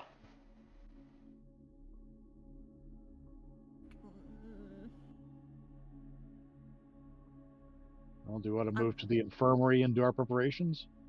Oh, we're in. We move to the chapel. Oh, yeah. Well, does it look like it would take a lot of time for us to get over there? No, it's literally right down, like, a few feet from you guys. But there looks to be these creatures everywhere, but most of them seem to be high up on the roofs and distant enough to where the mist obscures them. Yeah. They're watching us, we're watching them. Correct. If you don't, They're probably trying to see whether they can pick one of us off or not. Yeah, so that's why I kind of don't want to go outside, but I can send Ellie to look around in there. And if we go in a group, we'll probably be fine. I don't think they're brave enough to attack us directly. Yeah. Not yet, at least. Yeah, I think right now they're trying to see if they can pick off a Stractor. So if we move as a group, we'll probably be okay until we get a little further into their territory, until they get up the nerve to attack us en masse, or wait for reinforcements. Yeah, I kind of do want to go to the chapel. Fine, we're closer to the tower. Let's head over. You guys know that on this map, in the eastward direction you look, off the map, there's high-rise buildings made of mostly stone. Most of them look to be about 3-4 stories tall. And beyond this corridor of buildings, if you check your map, is the next market. So going eastward is direction you want to go. Yeah, so we'll need to. So we'll do that. We'll need to. So if we could check the chapel, then move into the buildings. Maybe see if we can break their eye line before moving into the next marketplace. If I had sewers or a grate or something, we could move under the ground and try to break their line of sight and lose them that way. Well, we might be able to break their line of sight by going into the buildings. Yeah. In the middle area. Maybe. No, we can try. Worth an effort. Can I peek into that? Or did my perception check earlier include peeking into that room? No, I just... Intensive care? You searched everything possible that you could find, probably, in the infirmary. But, is there any, cloth that I can nab while we're Sure. leaving? Yeah. You find some dirt with some cloth on the ground. Okay, I'll nab that. Got it. All right. You guys move into St. Alexian's Chapel here. And you guys get a sense that you can spend the next 20 minutes You're just trying to create earplugs for yourself, Tinu? Is that what's going on? No, we were gonna use, Bati was going to use her wax to, Mhm. she's gonna cut them so everybody can have earplugs. I mean, Gotcha. You get a sense that for everybody... Oh, I'm sorry. Go ahead, Torn. I was gonna say, like, if we're doing this effort, like, Torn would also help make wax earplugs. Like, Okay. Let's see. Yeah, I figure what I do is I just like pull out one of my healing kits, pull like some of the like bandages and cotton out of there, light a candle, use the wax to, with the bandages, like they make a little plugs that they can stuff. Who's proficient? If you're proficient in medicine, you can help. Me, I'll help. And I'll cast guidance this time. If you're not proficient in medicine, you just know that, like, you probably could maybe figure out. It'll just take longer. You know, you guys are trying to be expedient. Mm-hmm. I will provide labor, but I don't really have proficiency to add to the roll. Understood. Okay. To make earplugs for everybody, Kolobati, you can go ahead and let's see. What? I guess you can roll your medicine. We can go ahead and chalk it up too. I was trying to think of a certain toolkit. Well, that's what I'm saying. My healer's kits probably. Okay, yeah, you're proficient with your healer's kit. You can go ahead and use that. But we're gonna do two choices here. You can take 20 minutes to do this and finish it, or you can try to roll a skill check, your healer's kit, and get it done in 10 minutes. But if you fail, it takes you 30. Well, What do you want I to do? I figure I can be working on this while they're searching the chapel. And just whoever's helping, and then whoever's assisting me. Sure, but you know that they're gonna probably get done searching the chapel. You could finish this before they're done searching the chapel if you wanted to. So I'm looking for what you want to do. You want to spend the time to do it right, take 30 minutes, or do you want to try to do it fast, take 10 minutes, but if you mess up on the skill, it takes you 20. I'm sorry, I got this backwards. You could do it right for 20 minutes, or you could try to roll a skill check. If it fails, it takes you 30. You guys fine with me taking the 20 or? Well, before you make that call, I was going to ask Bren. I may not be proficient in medicine, but I do have Tinker's tools. I will say that you can help with that. So Can I help with that? Yes, and Tinu, Kaput, Kolobati, you guys can go ahead and roll me. Actually, we'll just give Kolobati advantage here. I give you guidance. Okay, advantage and Guidance. There you go. plus guidance. Oh, I can post it if you need. It's a D4, I think. 15. 15. That's what I was looking for. Okay. All right. Yeah. You get to work here, and let me tell you guys what you see while you look around. Outside of this place is a bust of a male saint of the sacred flame. It sits about waist high on a pillar right outside the chapel. Besides the grime, this place is in pretty good condition. The interior of the chapel is small and dark.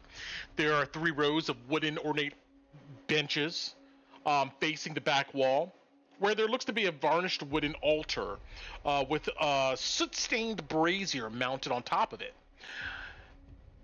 Inside of this brazier, you see that there's bits of old charcoal and some loose beer bottles. On one of the side walls, it looks like there's a row of 4 booths. A sign hangs above the booths. One nail is kind of like hanging off, like on the side, and the sign says confessions. There is a side door that leads into a small ransacked office.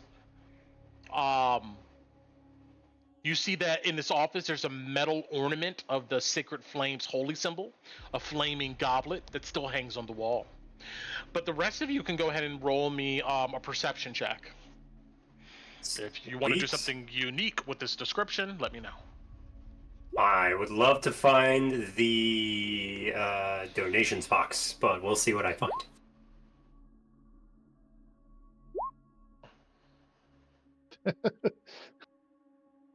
Of course. When 3 we're is what I robbing the needed. Church, we roll high. Looking for stuff in the church Perfect. gets I highest know. rolls. You sinners. Ah, I found the gold candlesticks. Since Loey, you said you were looking for some type of collection plate, you come up to the altar with the brazier on top, and you find a compartment that's under this altar. Down below, you find 18 gold pieces on the floor around some empty collection plates. And you also find 2 flasks of holy water and a vial of antitoxin, probably lost a long time ago. I will hand those off to Tinu, because this looks like priest stuff, even though he knows what holy water is, and antitoxin. And we'll add the 18 gold to the treasure hoard. Cool. Yeah, searching around, this guy takes you about 10 minutes, and after that 10 minutes, it looks like Kolobati wraps up, creating some earplugs for you guys. Now, while wearing these earplugs, if there is some type of an ability that requires hearing to be affected, you'll get advantage. But also note that if these are in your ears, you have disadvantage on hearing. Perception checks that involves your hearing. And to put them in effectively requires an action. Okay. Okay. Hand out the earplugs. I'll make a custom item for it. Oh my god, my character sheet's a mess. I know I've been handing out all types of shit. Y'all got like a whole collection of shit. But Yeah. you guys finish up. Takes you 10 minutes to do so. At this point, it looks to be approaching 7 p.m. Not yet. The sky's darkened just a tinge. You know sunsets at 9 p.m. What do you do now? Was there a sneaky back way out of this church that the Harpies wouldn't see us leave through, Brent? Sure. You're able to go through the trash and find a back door that looks to lead out into a small little green space. But if you're trying to sneak out, I'm gonna need a group stealth check with all of you, and I'll give a stealth check because you're in the building. But yeah, we can roll it up and you guys can continue on eastward. All right, for that, I am going to cast Pass Without Trace on the group because we got into all that trouble. I've been waiting for it. Okay. Yeah, I didn't want to use it, but To be fair, this is a good situation for it where we're actually trying to pass without a trace from our pursuers. and they're here and they're watching Yeah. for us. So Yeah. Oh yeah. All right. With Pass Without Trace, you see Loey comes up to you, and if he wants to describe how this effect goes off, he can. But you just suddenly feel lighter. If you kick a piece of paper on the ground, it just slides off of your boot. You can't even really kick it. You're just ethereal. You're slick, silent. But okay. yeah, there's when he casts it, you guys see he pulls out a familiar looking emblem of an anvil and a hammer. He says some words and wiggles his fingers. And for everybody that's affected by the magic, it's almost as if the ground itself is cupping your feet as you're walking. And where once there was stone or dirt, now it feels like it's almost soft clay that's deadening any sound you put. And as you lift your foot up, it's as if the clay goes flat and your footprints disappear. Like that's it. a really I good love it. description of that thing. Yes. Just a soft impact. The ground just has everywhere. It's like a posturpedic mattress. You just put your foot into it. It just creates a little dimple into the earth. But I need everybody to go ahead and roll me stealth checks at disadvantage, but you get the pluses for I've rolled like 4 2s tonight. And it's always Do we look like we're an hour away from the tower, or do we look like we're right there, Brett? You get a sense that from what you've seen in the maps, that if you guys Didn't look at anything. Moved as quick as you can to the tower. You probably can get there in maybe about 20 or 30 minutes. But stealthy, being careful, maybe 30 minutes to an hour. Okay, I won't do it yet. Don't forget, I have Eyes of the Night, you guys. Tina would whisper to you guys. Yes, it's You not want to nighttime use just that. yet. But, Yeah. Yeah, Mm-hmm. just when we get close. So Torrance 11 looks like our lowest. Yeah. You guys are good to go. You know there's creatures watching you, but with your pass without trace, you wait for Loey to get this. Yeah, so that'd be 19, 11. I don't know why it rolled like that. That'll be 36 for Alice, 28 for Tinu, 32 for Loey, Yeah. 22 for Kaput. Close that. Let me click on here. And there we go. All right.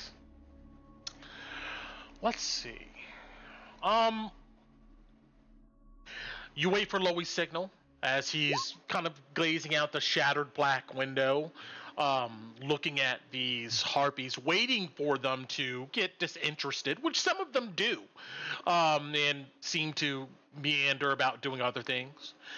And then you exploit this gap to silently slip out the back of Alexian's chapel, deeper into the ruins.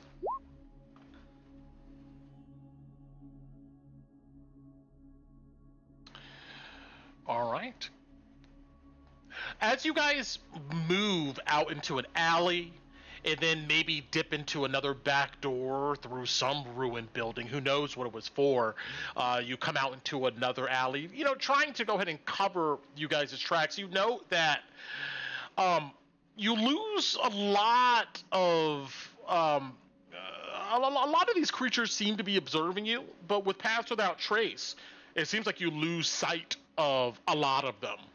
But some still do seem to detect you, as they seem to be everywhere. And since there was a bunch of disturbances in the West Market, they seem to be quite out and about. It seems like you lost about maybe half of the group that may have been there. But you continue towards the cosmological clock tower. All right, and let's see.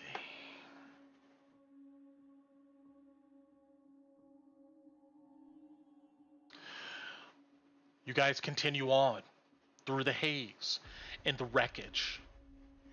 You come to an intersection, and at this intersection is another one of these slowly decaying statues of nobles and kings gone by in the past.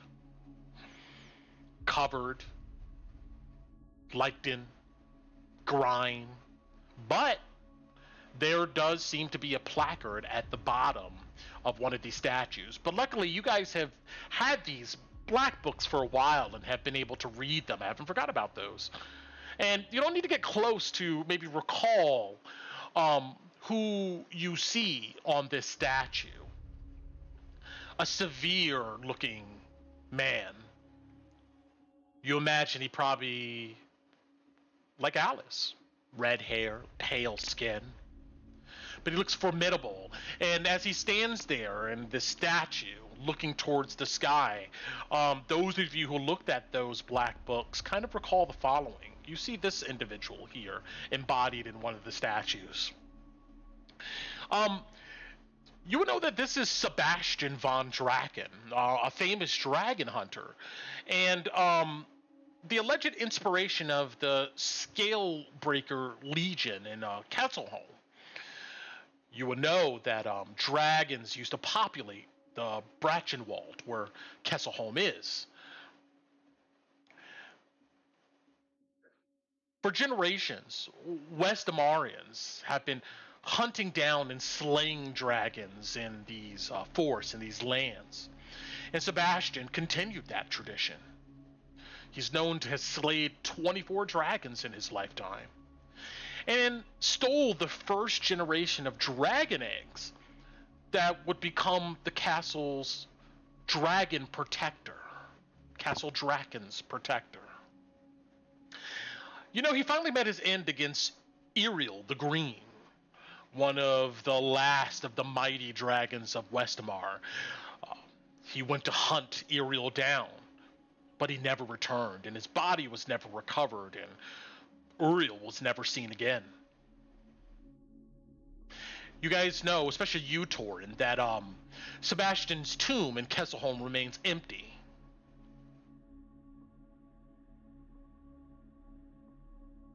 And that's it. You guys continue on through the ruins. And eventually,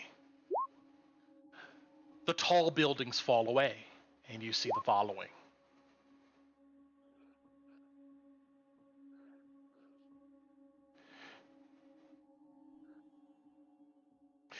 This marketplace is bigger. The East Marketplace is bigger than the West one. Vast stone plazas, packed with decaying bazaar tents and stalls, fan out in all directions, obscuring the immediate distance. About 400 feet beyond the massive market are the silhouettes of more tall Gothic buildings, denoting kind of the market's edge or boundary. You could think Central Park in New York City, but just kind of choked full with the kaleidoscope of colored tints. Roads cut through the market and are full of debris, more so than the West Market. There are abandoned wagons from the post-meteor impact's chaos, makeshift barricades from failed hooded lanterns incursions, and graffiti of the Queensmen littered about. You can hear them here, these flying monsters. Shrill bird-like screeches with a agonizing tone punctuates the air occasionally. The sound seems to come from all directions. You look up and can see the smaller group of these creatures, their shadows looking down at you with sick yellow eyes. Beyond all this, just past the neat block of buildings, you see the silhouette of the clock tower. 2/3 up its length is a glowing perfect circle that flickers irregularly. The distant sound of chimes and bells emanate from that direction. You find yourselves here, which I will put you on. Just give me 1 second. Bloop, bloop, and kaput. Alice. I will put Colleen on here too. Kolabadi. Loey. Tinu. And Torin.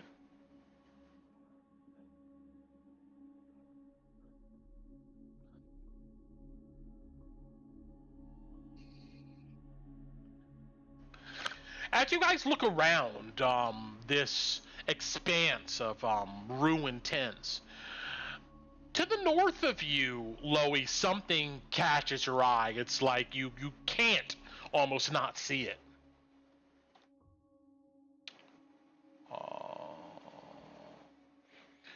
Directly to the north of you is a ruined building, and there's a sign outside it that says Iron Helm Routes.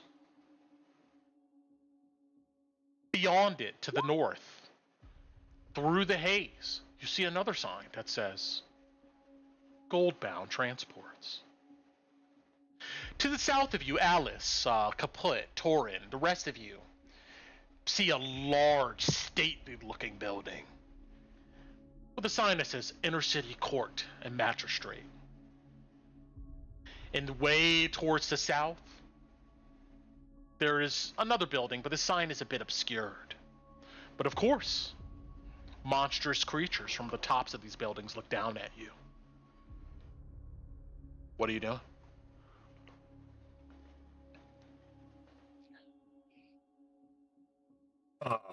Loey looks about, thinking back to the group, knowing we gotta get to the cosmological center, but he's kinda...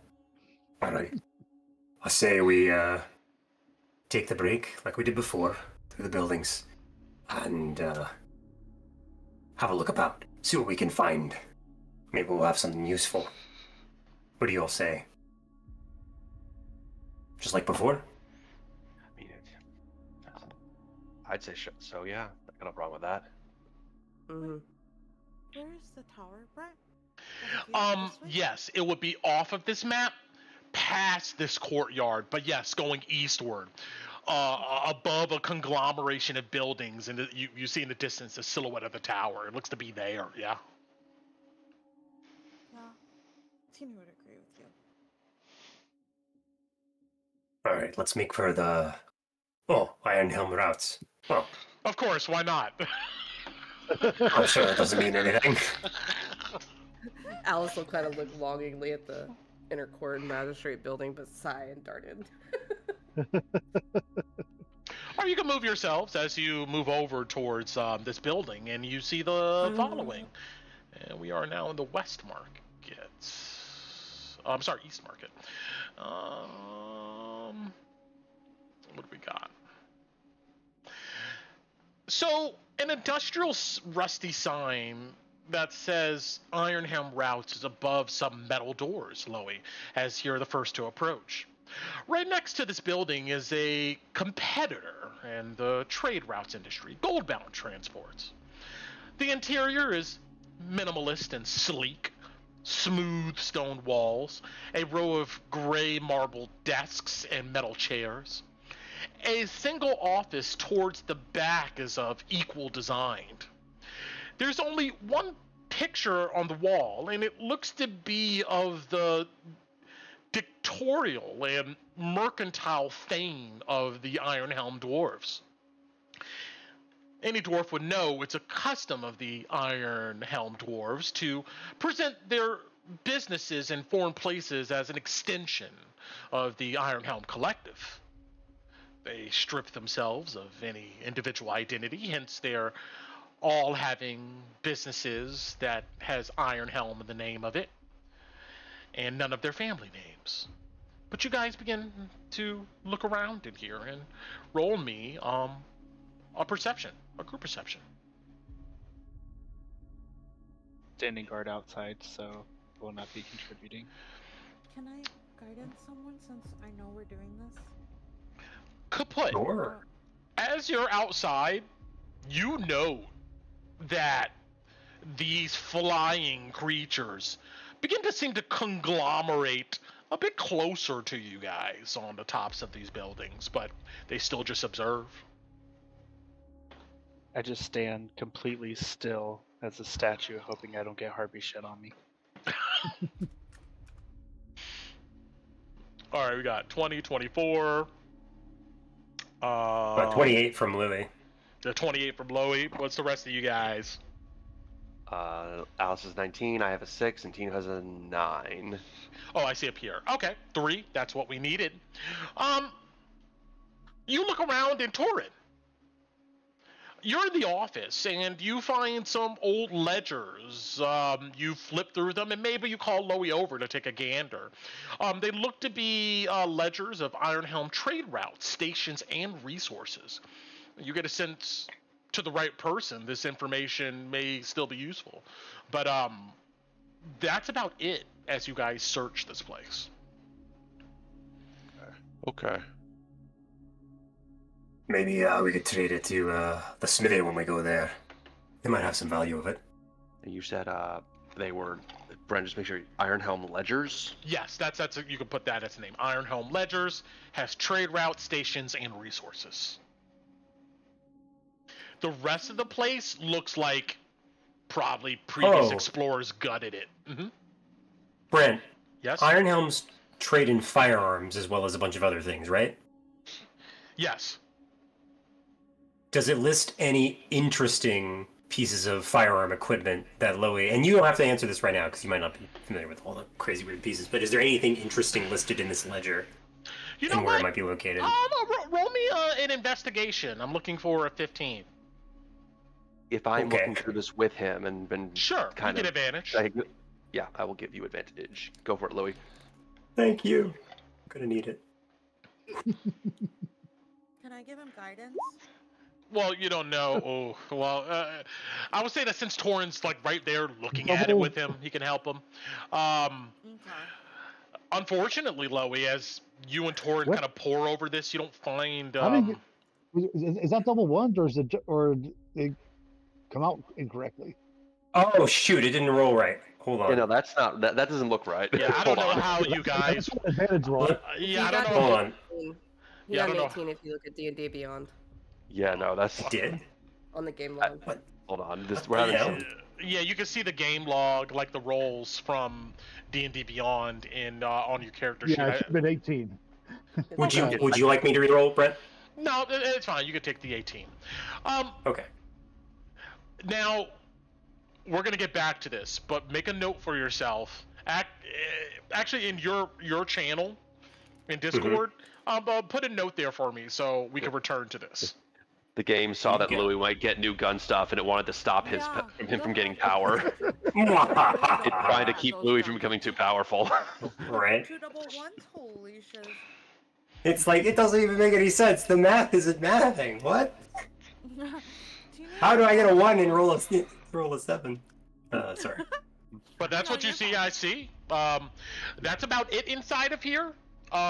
You guys move on to go elsewhere.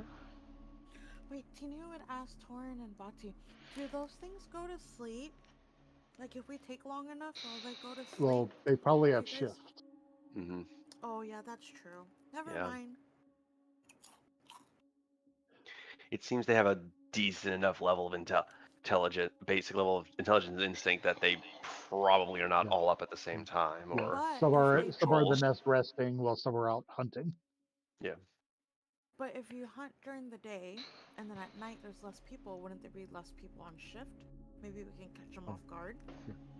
The only benefit I could see is possibly waiting for cover of darkness where that would possibly limit their vision, but the problem is that they are flyers and birds have really good eyes.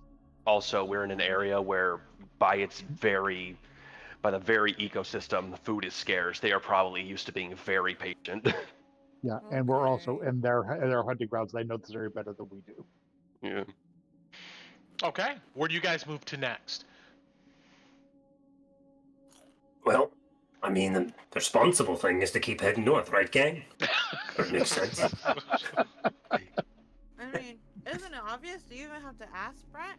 Wouldn't it be Of course. Of course. It's crazy how that worked out, right? All right, you can move your own tokens there. Kaput, you of course see your compatriots begin to move further north. And as you are on lookout, you note that these creatures on the roofs seem to wait for you guys to move northward, and then several of them go and land on top of the Ironhelm Routes building and peek, watch. This building here, if anybody wants to do anything, of course you feel free to interrupt me. Keep going. Loey, you never knew that your family had an office here, but it makes sense. A circular office building with a rustic sign that says Goldbound Transports and Common and in Dwarven is outside this building. The front door hangs off its hinges, and inside is a couple office rooms, a small sitting area, and a small meeting room. Magically rendered photographs of long caravans and various types of terrain of the realm are all over the walls, still here, covered in dust. Stoutly looking dwarves stand in front of wagons proudly in these pictures.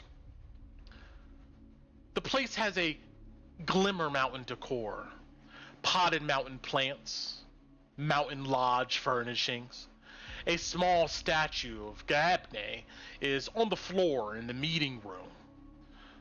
Definitely a lot more uniqueness here than Ironhelm routes. And you guys look around. Roll me a group perception.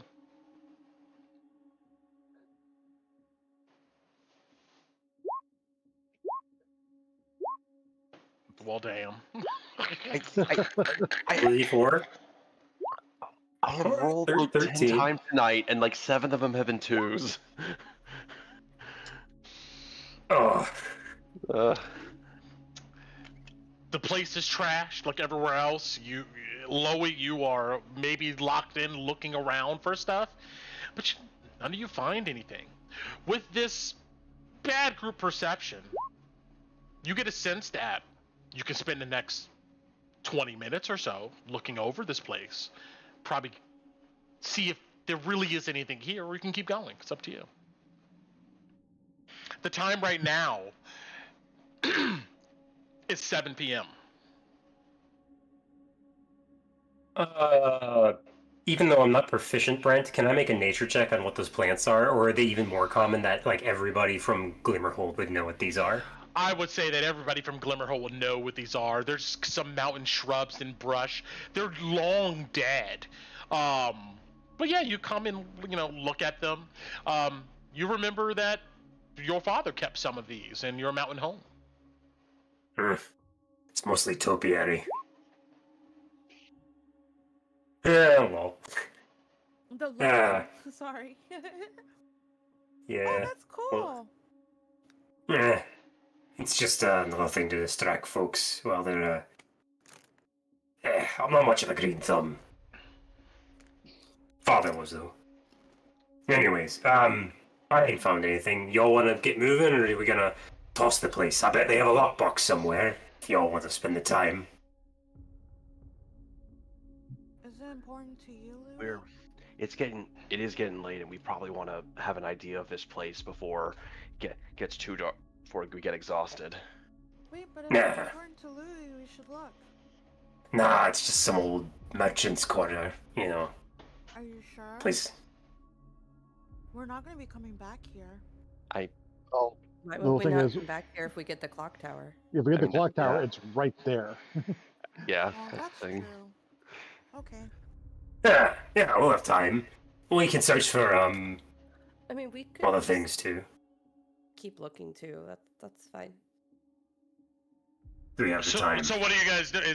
It sounds like you guys are going to move on, or am I wrong? Okay, Louis, this is Can gold you bound look wherever? territory. What is your? You get the. I think you should make the final call. I know where. That's what Louis wants to do.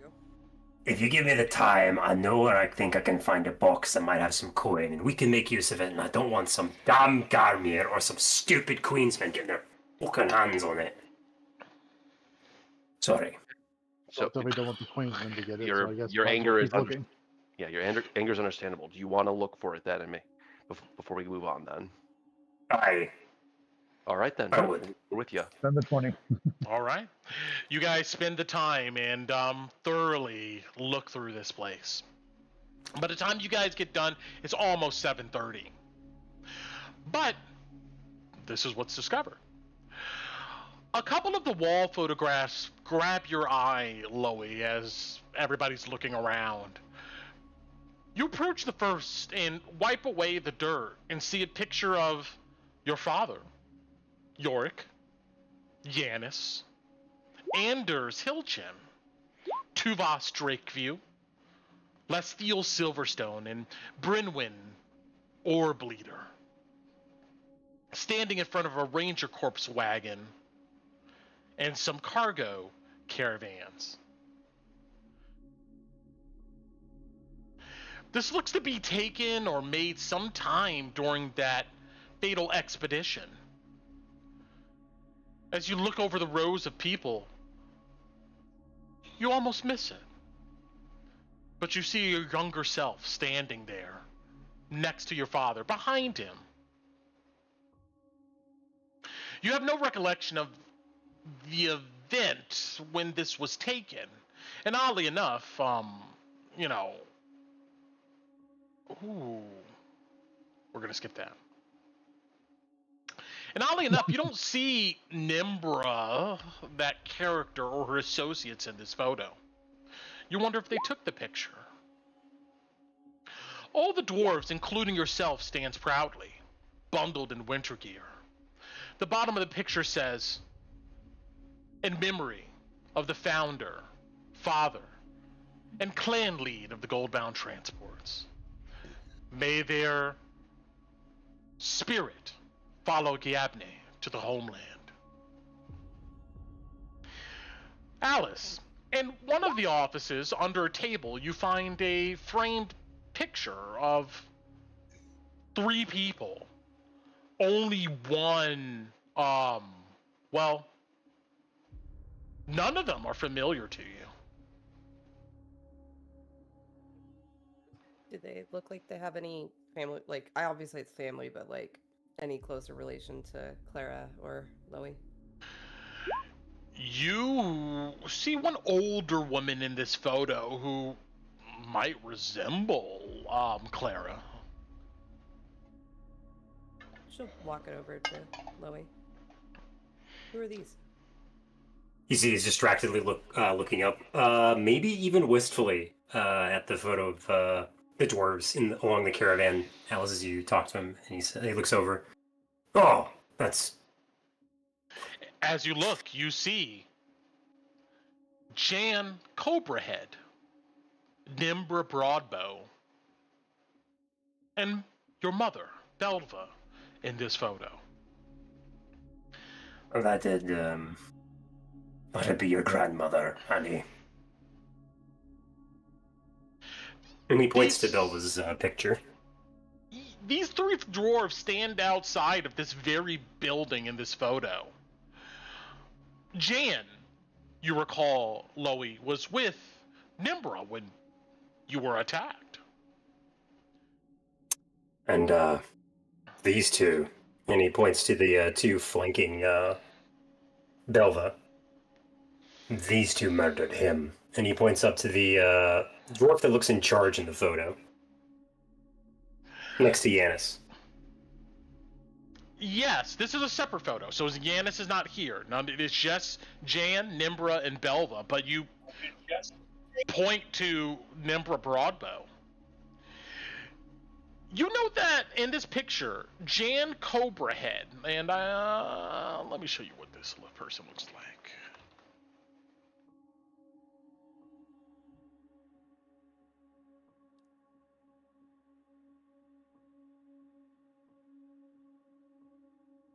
There we go. And there we go. Did I show it? There it is. She doesn't look like that right now. But you see in this picture she holds a framed certificate. She wears glasses and looks admissible and harmless in this photo. On one side of her is Nimbra, who's dressed in a scarlet red, stately suit, fitted for a dwarf. She has a pleased look on her face. Belva stands on the other side of Jan, looking severe, cold, calculating eyes, just as you remember your mother. Both of you, Alice and Loie, roll me investigations.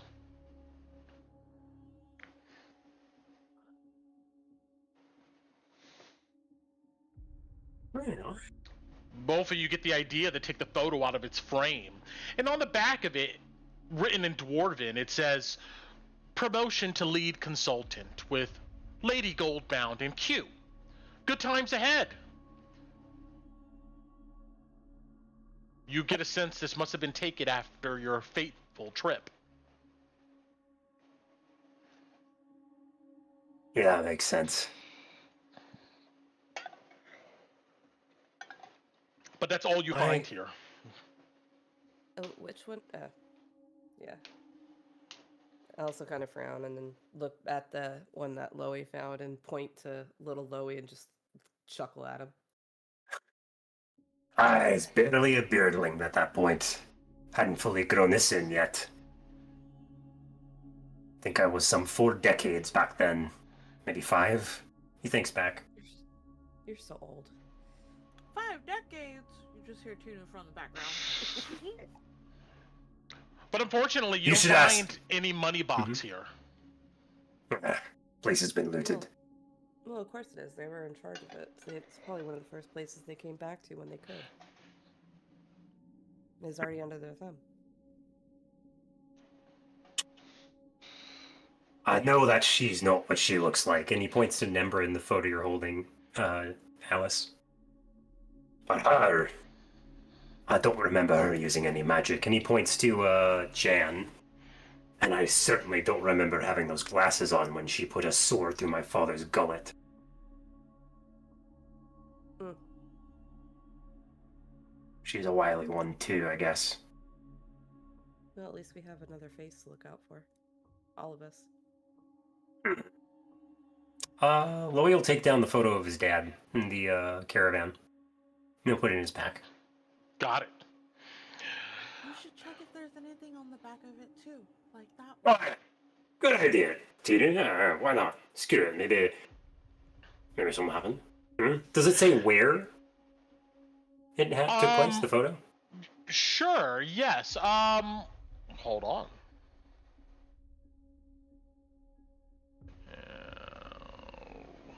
Sorry, I didn't mean to just butt in. No, you're fine. No, that was a good idea. Good I shot. was being super nosy, like, look at that one too.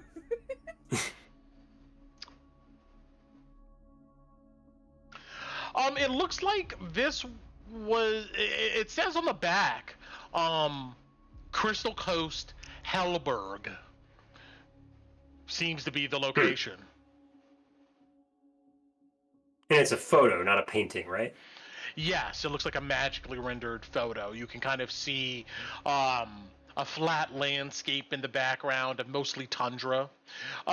You'll know Hellberg is northwest of you. You imagine, you recall that with what happened with Yorick was near a place called Helig, which is a few hundred miles north. This must have been en route. Yeah, Loey remembers doing a trip up to Helig once or twice when he was working for the caravan, so that's as far north as he's ever been, but yeah. It's cold up there. Ugh. Liable to get glaciers in the waters if they come down from the north. Well, there's nothing else here. We can move on. All right, you guys are going to continue north. It seems like you guys are going to move through these buildings. Is that what I'm getting?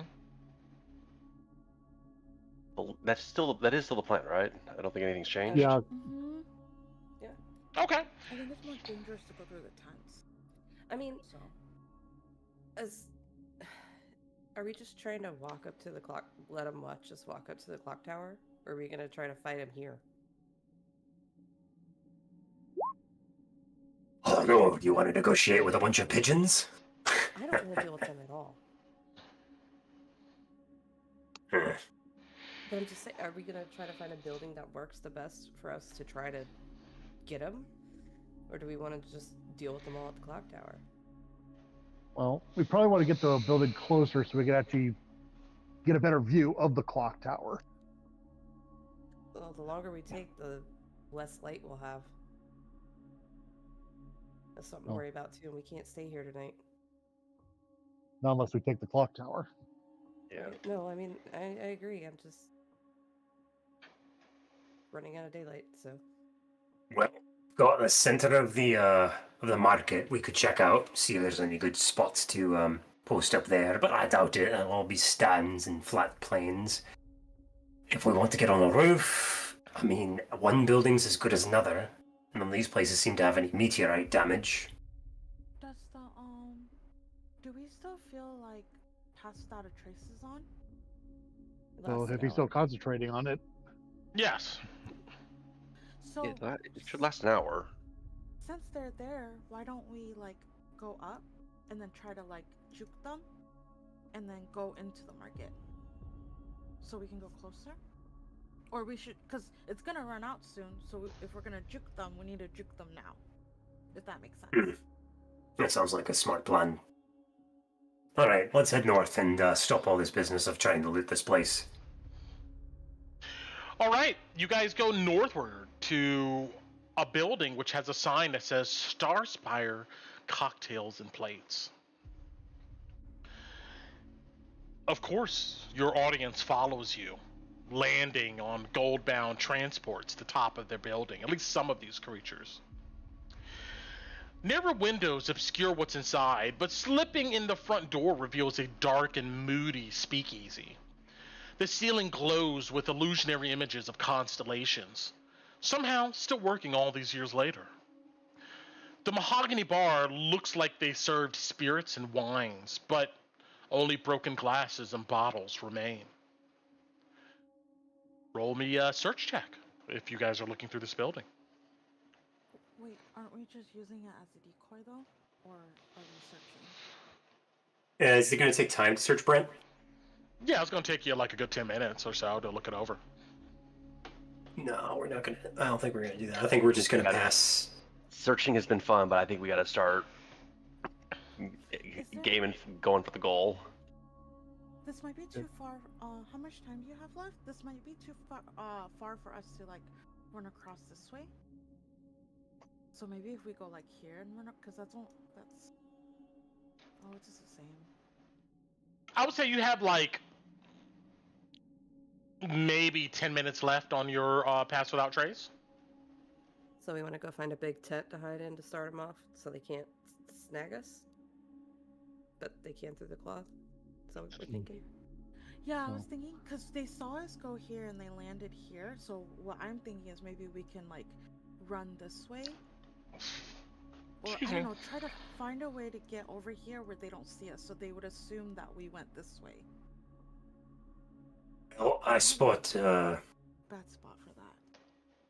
there's a wagon just to the east of us. We could get there, a couple buildings down the way, and use it as cover while we make our way into the market.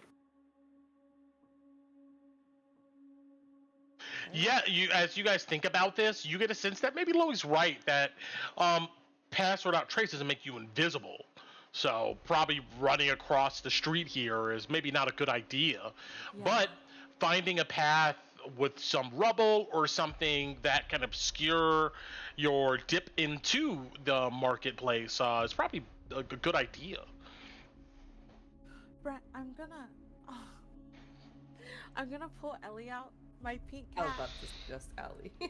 Yeah, and I'm gonna kiss her. I'm gonna say, Ellie, I'm so sorry I'm using you Wait. as a decoy again. A sweat bead comes on her forehead. Just hold off on sending Ellie. Depending on what we do, I might have a way to give a much better distraction. Okay, I'm gonna tuck her. I'll like. I want her out, so I guess I'll hide her in my hair. 'Cause Okay. She's pink and my hair is pink. she climbs up into your hair and pokes her head out. No, you have to stay inside, Ellie. She pokes her head down.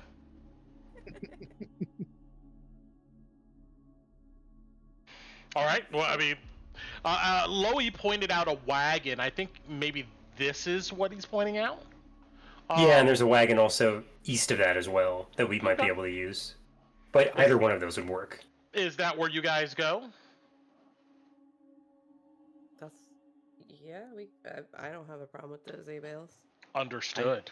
Yeah, I have no issue with that.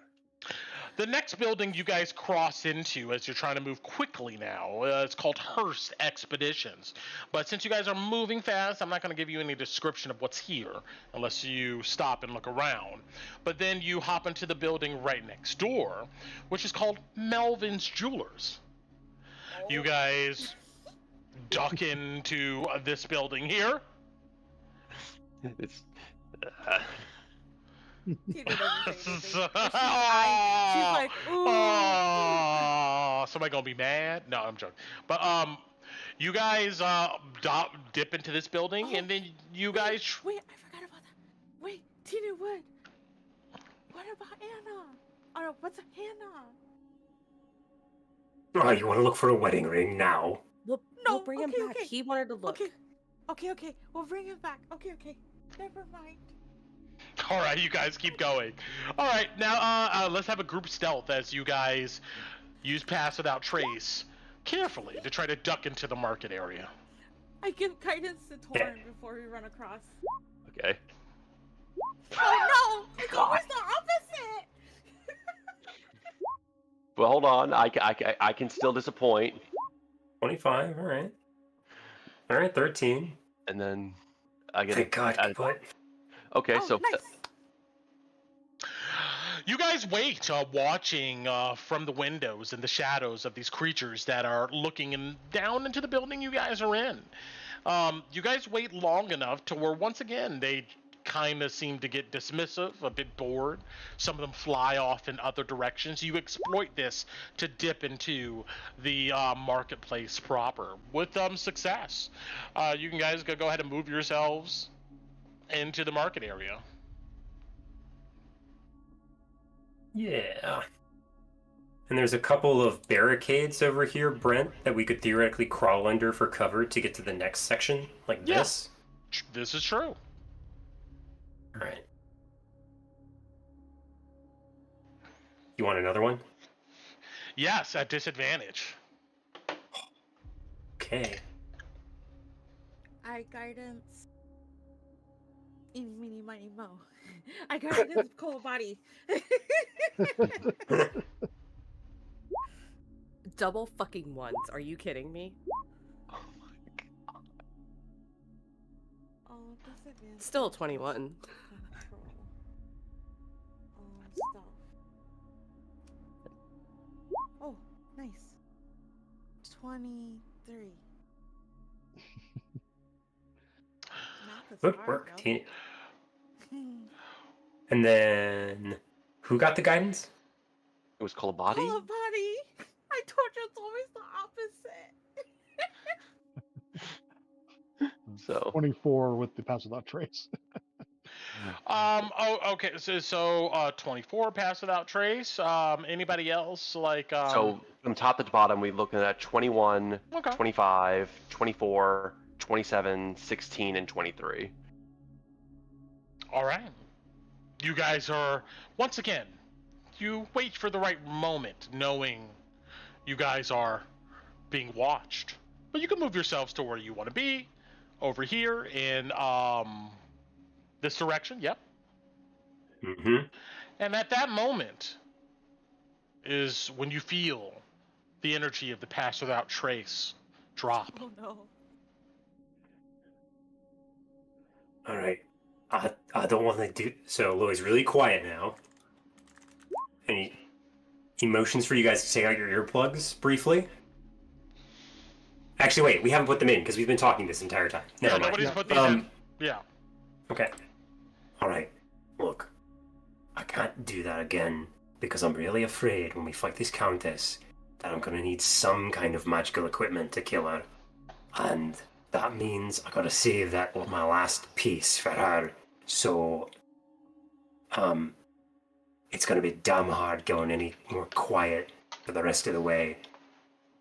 I think it's time to put these bad boys in that Bozzy gave us. Or I'm up with that, but make sure you keep an eye out for people because we're not going to be able to hear. Just try to stick as close to each other as we can. Question for Oh. God as Ku, real quick. If I only put one in, Not is it effective. still a full action to put the other one in? Oh, I see what you're trying to do. Could you make it a bonus action? Yeah, no, I mean, no, let's not go there. No? Okay. Yeah, Okay. let's just No, I'm keep it okay with simple. that. Okay, cool. Okay. Okay. I appreciate the ask. I appreciate your ask, Ku. That was a good thought. Yeah, that's a good thought, but let's keep it simple. But let me Yeah. say kaput. As you are at the edge of this tent, you do a double take. And you see across the way from you, not too far, is a bush. Wild, deranged growth. But you see what looks to be a flower in the bush. Emanating a glow. A An greenish eldritch glow. lily. You know that these eldritch lilies do glow, and you do know that other plants can glow too. You know, but yeah. Nani? Knowing what I know after working with, Oscar, can I identify that as an eldritch lily, or it possibly being something else? At least be able Not to discern that difference. you would be able to discern that from your distance it could be some different type of plant, but to really know, you would have to Okay. approach. Okay. Everybody in their mind, one at a time, just hears that information from Kaput, but no audio. Well, he gives the thumbs up at that. That sounds, yeah. Well, that means being out in the open if it's. It does look like it's out in the open, correct? Yeah. It's right there, mocking us. Can Mm-hmm. we talk back to you or no? Kaput can't answer that. Unless you Uh, Well, Chloe no, looks I at just- you. Oh, okay, go ahead. Sorry, go ahead. I was just gonna say, Chloe looks at you and makes like the snipping motion as if he was holding something and clipping it with finger scissors, kind of like a flower stem. Tina waves her arm frantically, and she motions to you, and she holds up the number 1, and then she holds up 2, and then she kind of does like a shrug, and then she does like 3. And Kaput just hold. You hear in your mind with Kaput holding up one finger saying, from what I can see, it's only one so far. Tina holds up 1 and looks at Louis, and she points at the 1, and then she does that thing where she like cuts her neck, like. You see Loey looking over at Alice, and he starts making motions with his hands really fast.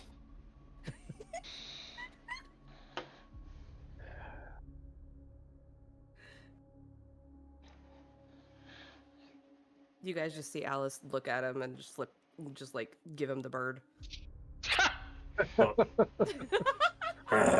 Loey grunts. Orange just looking between the two of you as this happens. Just I'm What are making you an doing? X with my arms and saying no. I'm shaking my head no with the X. As I look a at, big X. as I look out from this, go ahead. Tinu, sorry. No, go ahead. I'm done. Sorry. Okay. No. Kaput's gonna look out from the tent. Are there any eyes looking at us? Oh yeah. Not looking at you per se, but you do see there's creatures on the rooftops just looking over the courtyard in general. But it doesn't seem like these creatures know your position at the moment.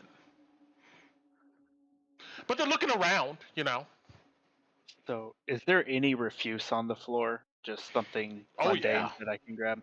Sure. Alright, I'm gonna grab some mundane object, whatever it is, and I'm gonna use one of my magical tinkering. And I'm gonna imbue the object with a nonverbal sound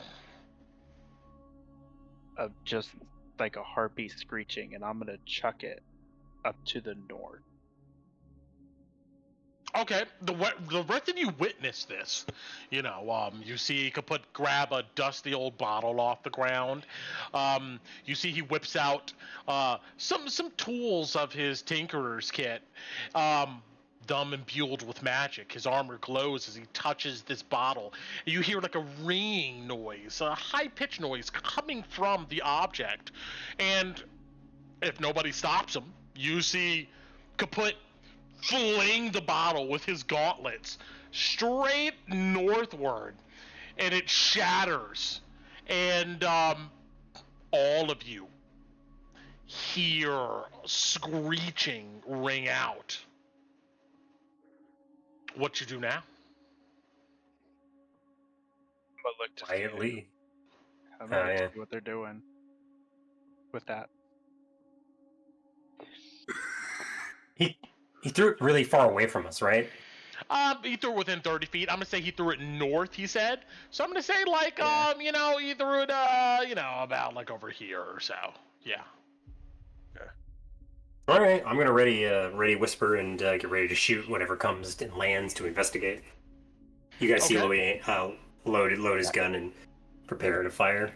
If I see Loe preparing for combat, I'm gonna make sure my sword's out, make sure the wax is firmly in place, and then and then I can't really see from here, but I'll be ready to rush out for any kind of combat if necessary. All right. Anybody else doing anything in particular? Put my earplugs in. Okay, you put your earplugs in. Okay, you put your earplugs in. And Chloe puts in his earplugs as well. I telepathically say to Ellie, get that flower. You send her to go after the flower? No, not yet. Okay. But I'm gonna say that's gonna be your goal, Ellie, is to get that flower. I'll tell you when to go. Got it. What's taking the dodge action? That's really it at the moment. Earplugs were already in. You see from the rooftops winged creatures spread their arms out and descend down to the location here. Others gather around at the rooftops, but don't move down to the area.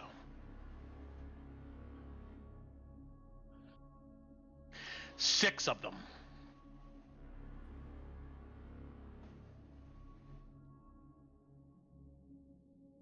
If I can select them.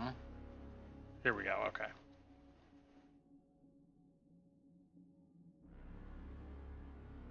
They descend, landing on the ground.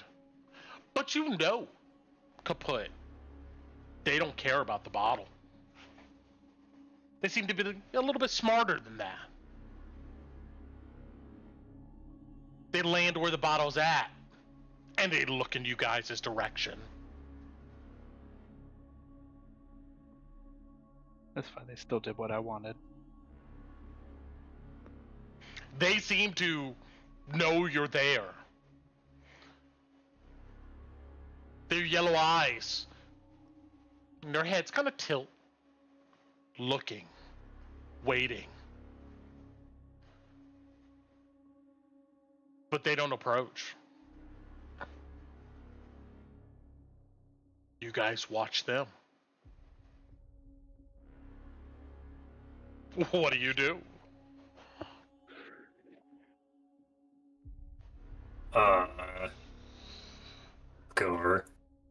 Look over at Torin, like give a nod towards the Harpies. Yep. 45. Is it dark outside yet, Brett? No. Dark, right? It's like, daylight is fading, but it's not dark outside yet. We're not in combat yet, right? No. You peek your head out the tent, and you meet yellow eyes that are looking at you guys in the tent. But they seem to be Guys, I wanna- hesitant. But I kind of you, want to do something crazy. Oh, sorry. no, it's fine. Anybody who's proficient in nature can roll me a nature check.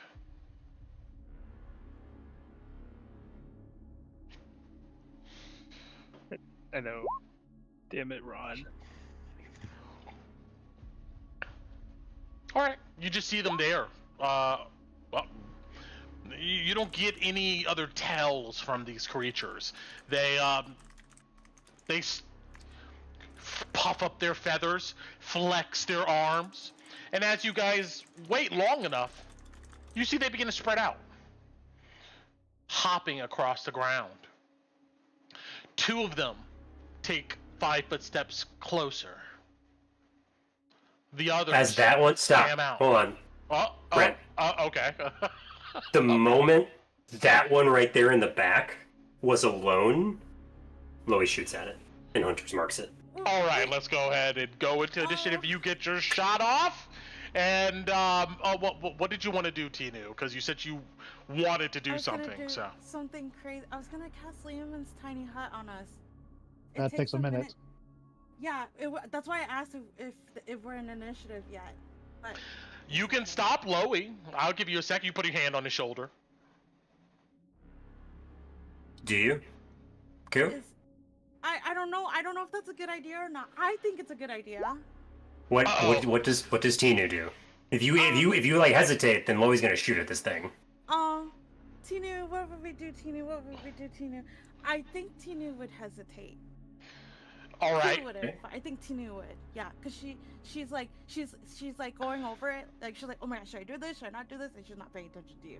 So I'm gonna say bang. You look at Tinu, and then your eyes fall back on these creatures, Loey. And you take a shot. Let's go ahead and roll initiative, then we can resolve that shot, and we're heading straight into combat. So.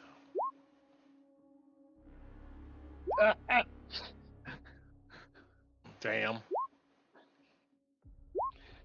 Initiative. There you are.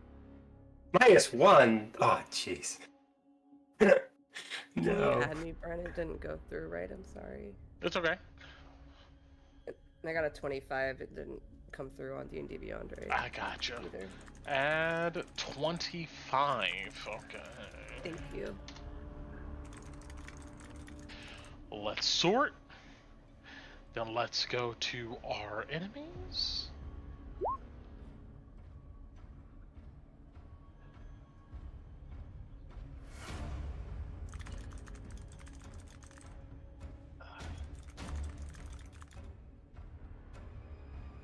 The action I was wanting to do had required them to be close together. Oh well. You had a moment. There were 6 right there. Yeah, I was kind of trying to see what everybody else is doing too. I could have shattered them, but all good. Sorry, man. Save the good spell. No, save the good spells for the big boss. I'm okay with that. I'll put a hole in them. Hold on. Blow some feathers off. It'll be fun.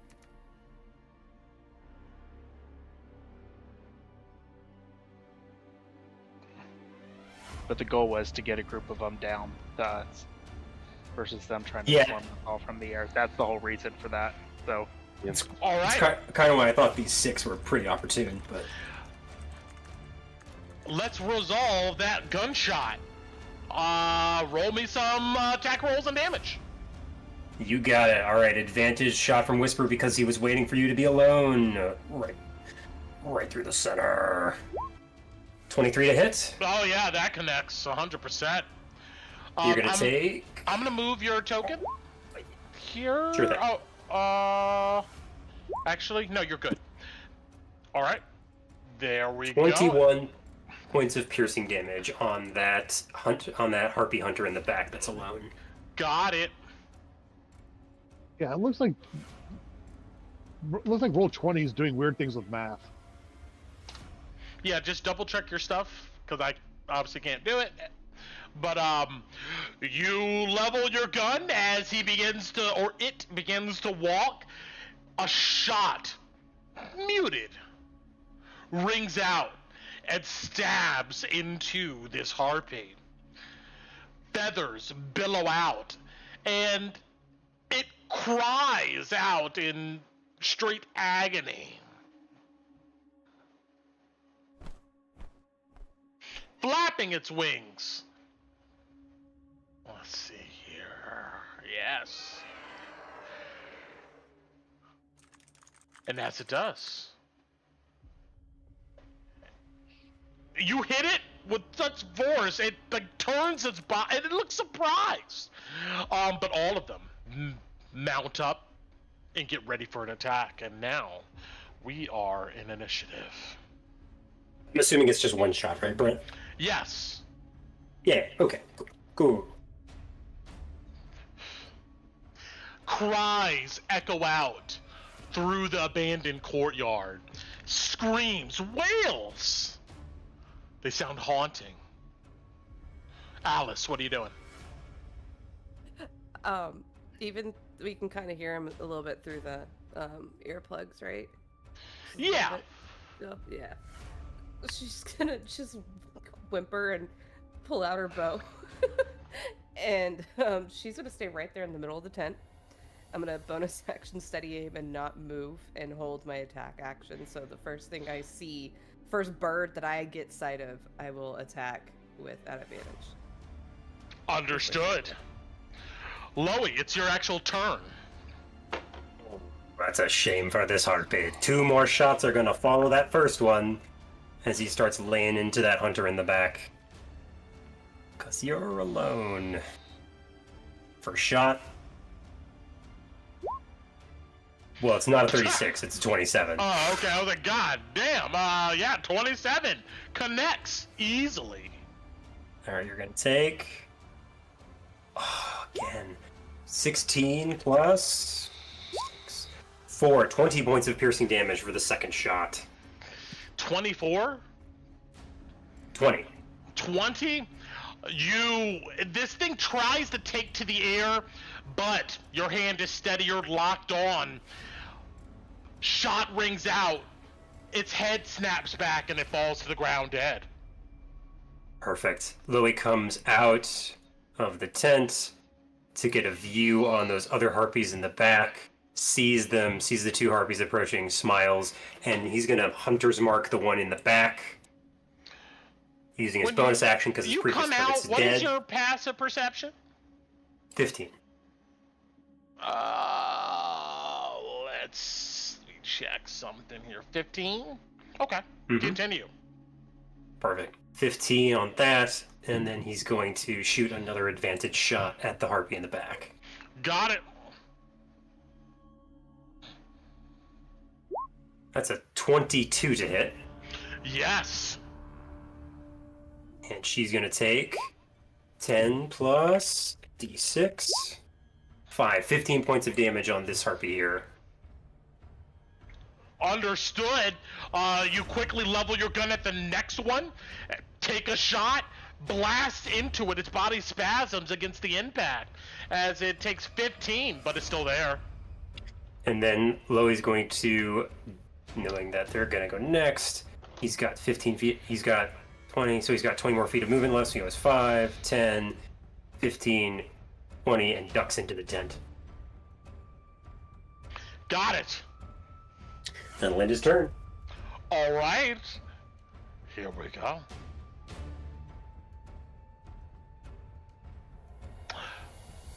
Five, 10, 15, 20. Torin!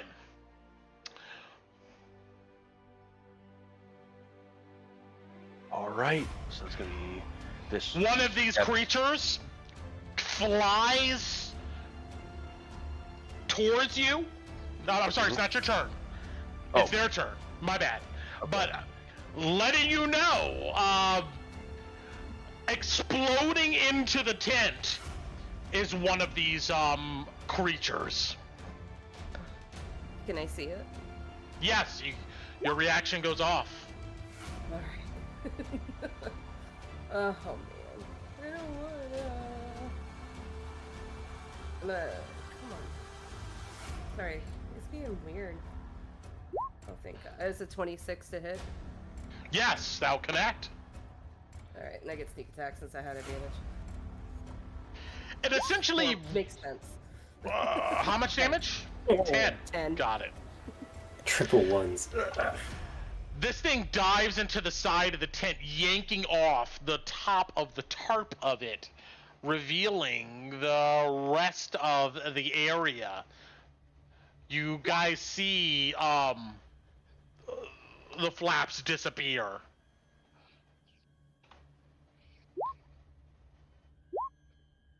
As it careens into the tent.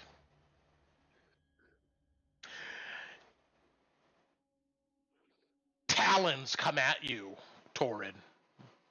Right. Does the 18 connect? Not if I use my arcane deflection. Do you? Yeah, with reaction. Raise your hand up against this field. These talons right in front of your face clench, and then the creature, lightning fast, reacts, kind of hops back, but then sprouts back up for another attack. Does a 24 connect? That one will connect, yeah. You'll take 6 points of piercing damage. As a bonus action, after slashing into you, it launches itself in the sky. Bonus action, disengage. It flies upward 20 feet. But you guys find yourselves exposed. Mm-hmm. Does it provoke for leaving Torrance? Oh no, you reacted. No, Never mind. it disengaged too. Yes, as a I'm getting- bonus action, it disengaged. As it flew upward 20 feet. I'm just going to put a dot on it for now, indicating it's up in the air. As the tarp comes down from around the tent. Let me make sure. And Alice, you did 10 points. 17 or 10? 10. Got it.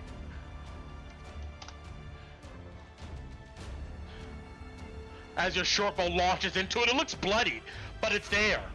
The rest of its allies launch to the sky, flying up 40 feet. You see the haze conglomerate around their talons and manifests a bow, which then they expertly knock an arrow and shoot.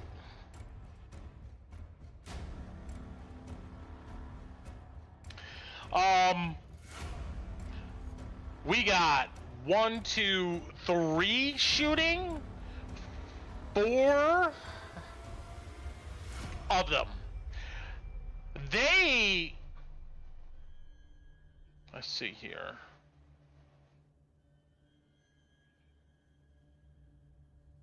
You look meek and weak, Kolobati. All these arrows come at you.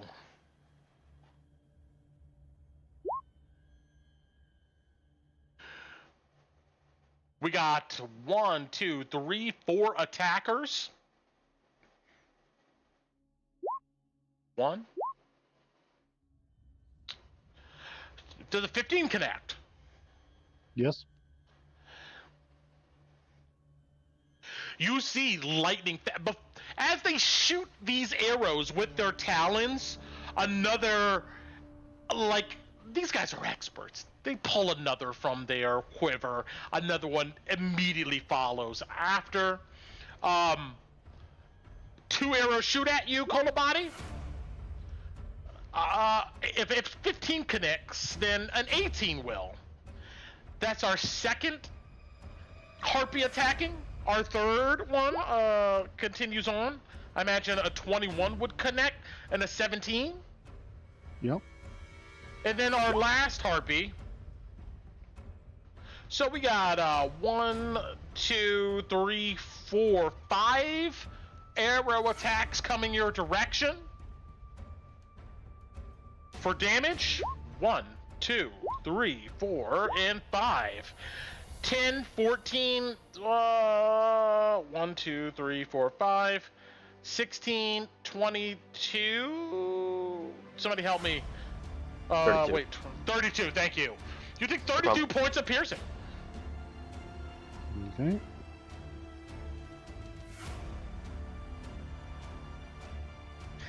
All of these Harpies are now 40 feet in the air. That's their turn. Alice, Loey, Harpies, Tinu. You see this. These creatures rise, wings open, arrows knocked, rain down on Kolobati. What are you doing? Oh, I popped my Twilight Sanctuary right away. Excuse me? An aura emanates out from you. 30 feet, right? Guys. Yeah, I know we need to like not be a target right now, but I can't risk you guys with that. That's my action. My bonus action.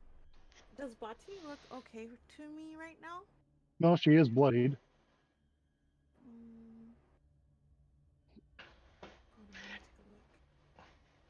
And if you guys give it to me, if we can go to 12:15, and then we'll do a hard stop. If that's okay. If not, then we'll just stop at 12. Just let me know. Let me know now. So I'm okay, but I can't speak for the others. Yeah, I can't speak Okay, for I'm everybody, just- but I'm. I know some fine. people are I'm okay, sick. too. So if you're done, let me know. It's okay. We'll just come back next week.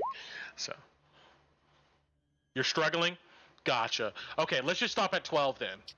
So, all right, let's continue on then. So I'm not gonna. I can't. I'm not gonna do the bonus action. I'm gonna wait and do that on the next action. I'm sorry, Kolobati. But I'm gonna look over to where Kaput said that Eldritch Lily was. Is that still there? Did I see it? Yeah, it is. You look in this direction. There's a green aura coming from the south.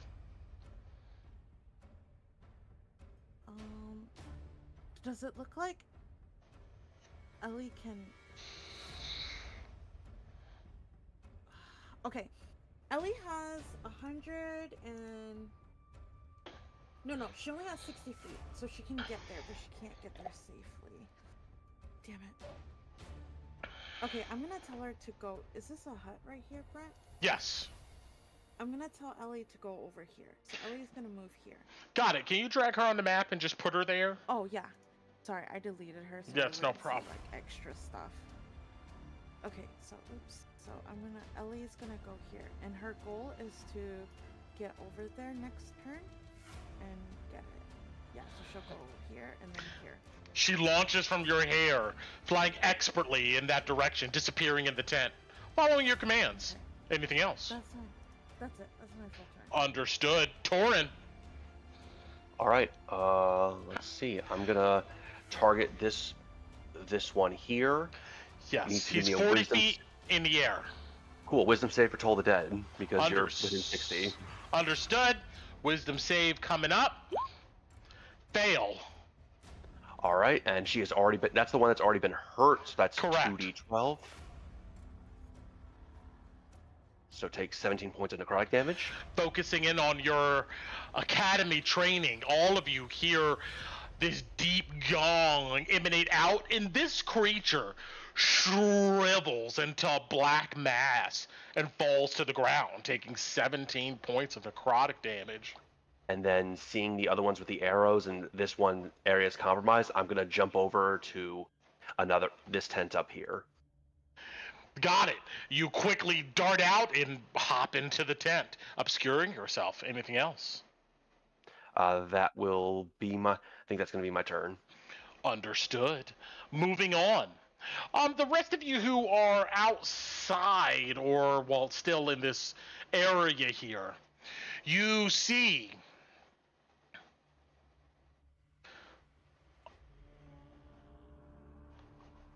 a feminine avian monster of sorts.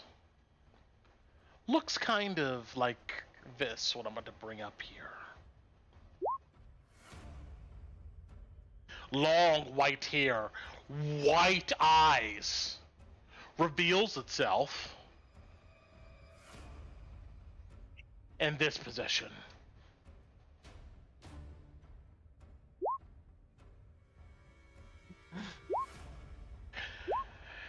It takes a deep breath and then screeches to the sky.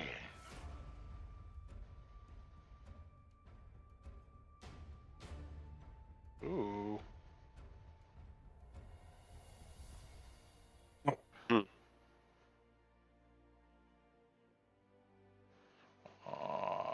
Let's see if you are in range. As it screeches, this harpy right here echoes its calls, screeching to the sky.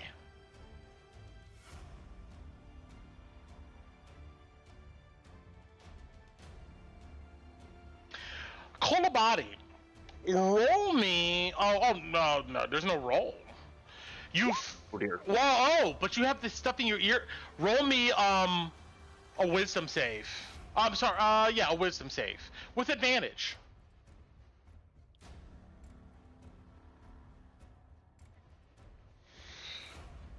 No. Also, Brett, I Unfortunately- love I love that is there music playing? Because Yes. I love that we. Yeah. Oh, okay. Never mind. Hold on. I gotta reload that. But you're good. You're good. Unfortunately, the earplugs doesn't seem to be effective here at this moment, as that sound wiggles into your mind, Cola Body. It echoes this screeching noise. It amplifies in your brain. Your next saving throw is at disadvantage. The old, haggish-looking avian creature screeches, and Jesus, the range on this is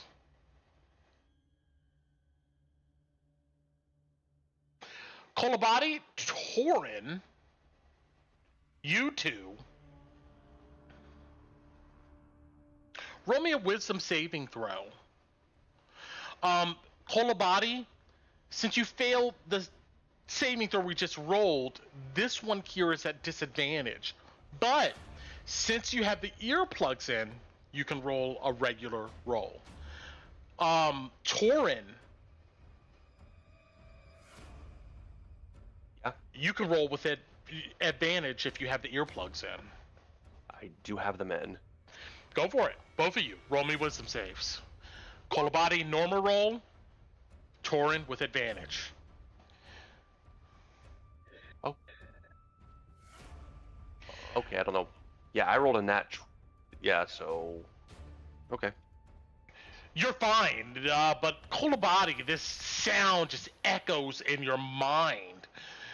You take 5 points of psychic damage, and you're slowed, moving half speed. Oh crap. There we go. Until the start of this creature's turn. When I say this creature, I mean this one right here.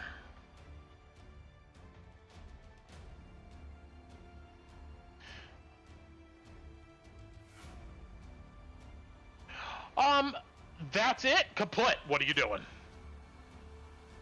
I want to do something, but I have a feeling it's gonna fail.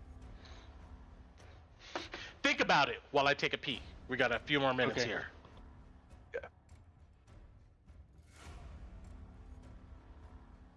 I'm gonna Carl, I heal know you, you're buddy. I would say, Carl, I know you're extremely hurt. Yeah, I'm about to do level 2 cure wounds.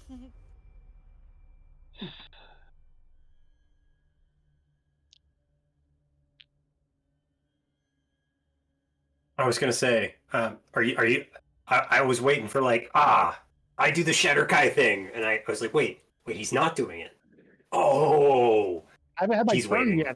When am I supposed to do anything? I thought that was a reaction. Am I wrong, Carl? Reactions. Oh, that's not a reaction. Okay, sorry, man. I thought that was the like Shatter Kai teleport thing was a No, reaction to that's a damage. bonus action. Oh, poop. Yeah. Okay, never mind. There's a That makes lot sense. of. There's a lot. It's just a lot of bad luck, unfortunately. Just with the time of how these. Of how this order got set up. All right, what we doing? Time is running thin. What does the knife bites do?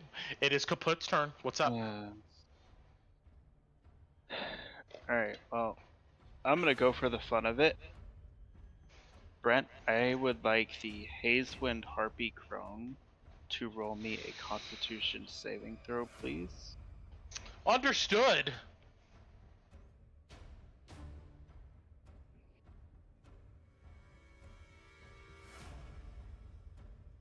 What is All right, I'm sorry, just reviewing it. You said what save? a con save, please? Con save? 13. Don't kill me, Brent. Okay. I cast Vortex Warp and I want to move her right here. Oh, look at you, big brain. Hey yo. You gesture out as your armor glows, and you can feel this unnatural heat. Air distorts. And drop the text for that really quick, just so I can see. Mm-hmm. There's a reason I call that spell Blanket Party. You know this spell. You use it. I know. I just wanted to. Oh, I know. You're fine. I was just so happy that I succeeded. It's like a Brent of all people with this spell. What square? You want This to be in one. melee with it, right? Yes, I want to be Yeah. anyway. You gesture with So- one hand, you see like almost like a black hole vortex suck this creature in, and then it materializes next to you. And you see it looks around utterly surprised. What do you do? As a bonus action, I sprout my wings. And I am going to move right here. Understood. And hoping that all the Harpies saw that I'm the one that just grabbed their boss and brought her to the party. I will end my turn. Understood. Kolabati, what are you doing? Well, I'm going to look at this harpy with all of my hatred, and as I like reach into my pocket and pull out that gilded skull, look at it, and just go, "Fulfill your vow," as a shadowy formation of armor and bones forms behind it, as my compatriot Fuchi forms and stabs her in the back. Understood. Carl. Summon undead. Hell yeah.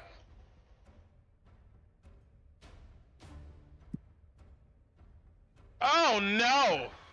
Anyone have any Anybody got any inspiration? I can't. I gave it to Ron for his next I run. wasn't allowed to do a recap. It's designated. Otherwise, you would have had it. Yeah, and we did, and we don't have a recap one this week. Yeah. Oh no! You gesture towards this thing as your entity made of bone armor materializes behind it. It seems to be instinctual, ducks low from whatever grasp or attack. Anything else, Kolabati? something? I don't know if you put the icons in the Icon? for this. I sent a bunch of images to Alice to make icons. I don't know. I was sure she gave those to you or not. I Yeah, I do not. uploaded them forever ago. Yeah. Yeah, I'll remind resend it me to you of for next that, week. and I'll Yeah. put it in because I'm not sure. Yeah, but anything else right at the moment? No. That's action. Let's see. Let's see. Double check to see if we got anything else here.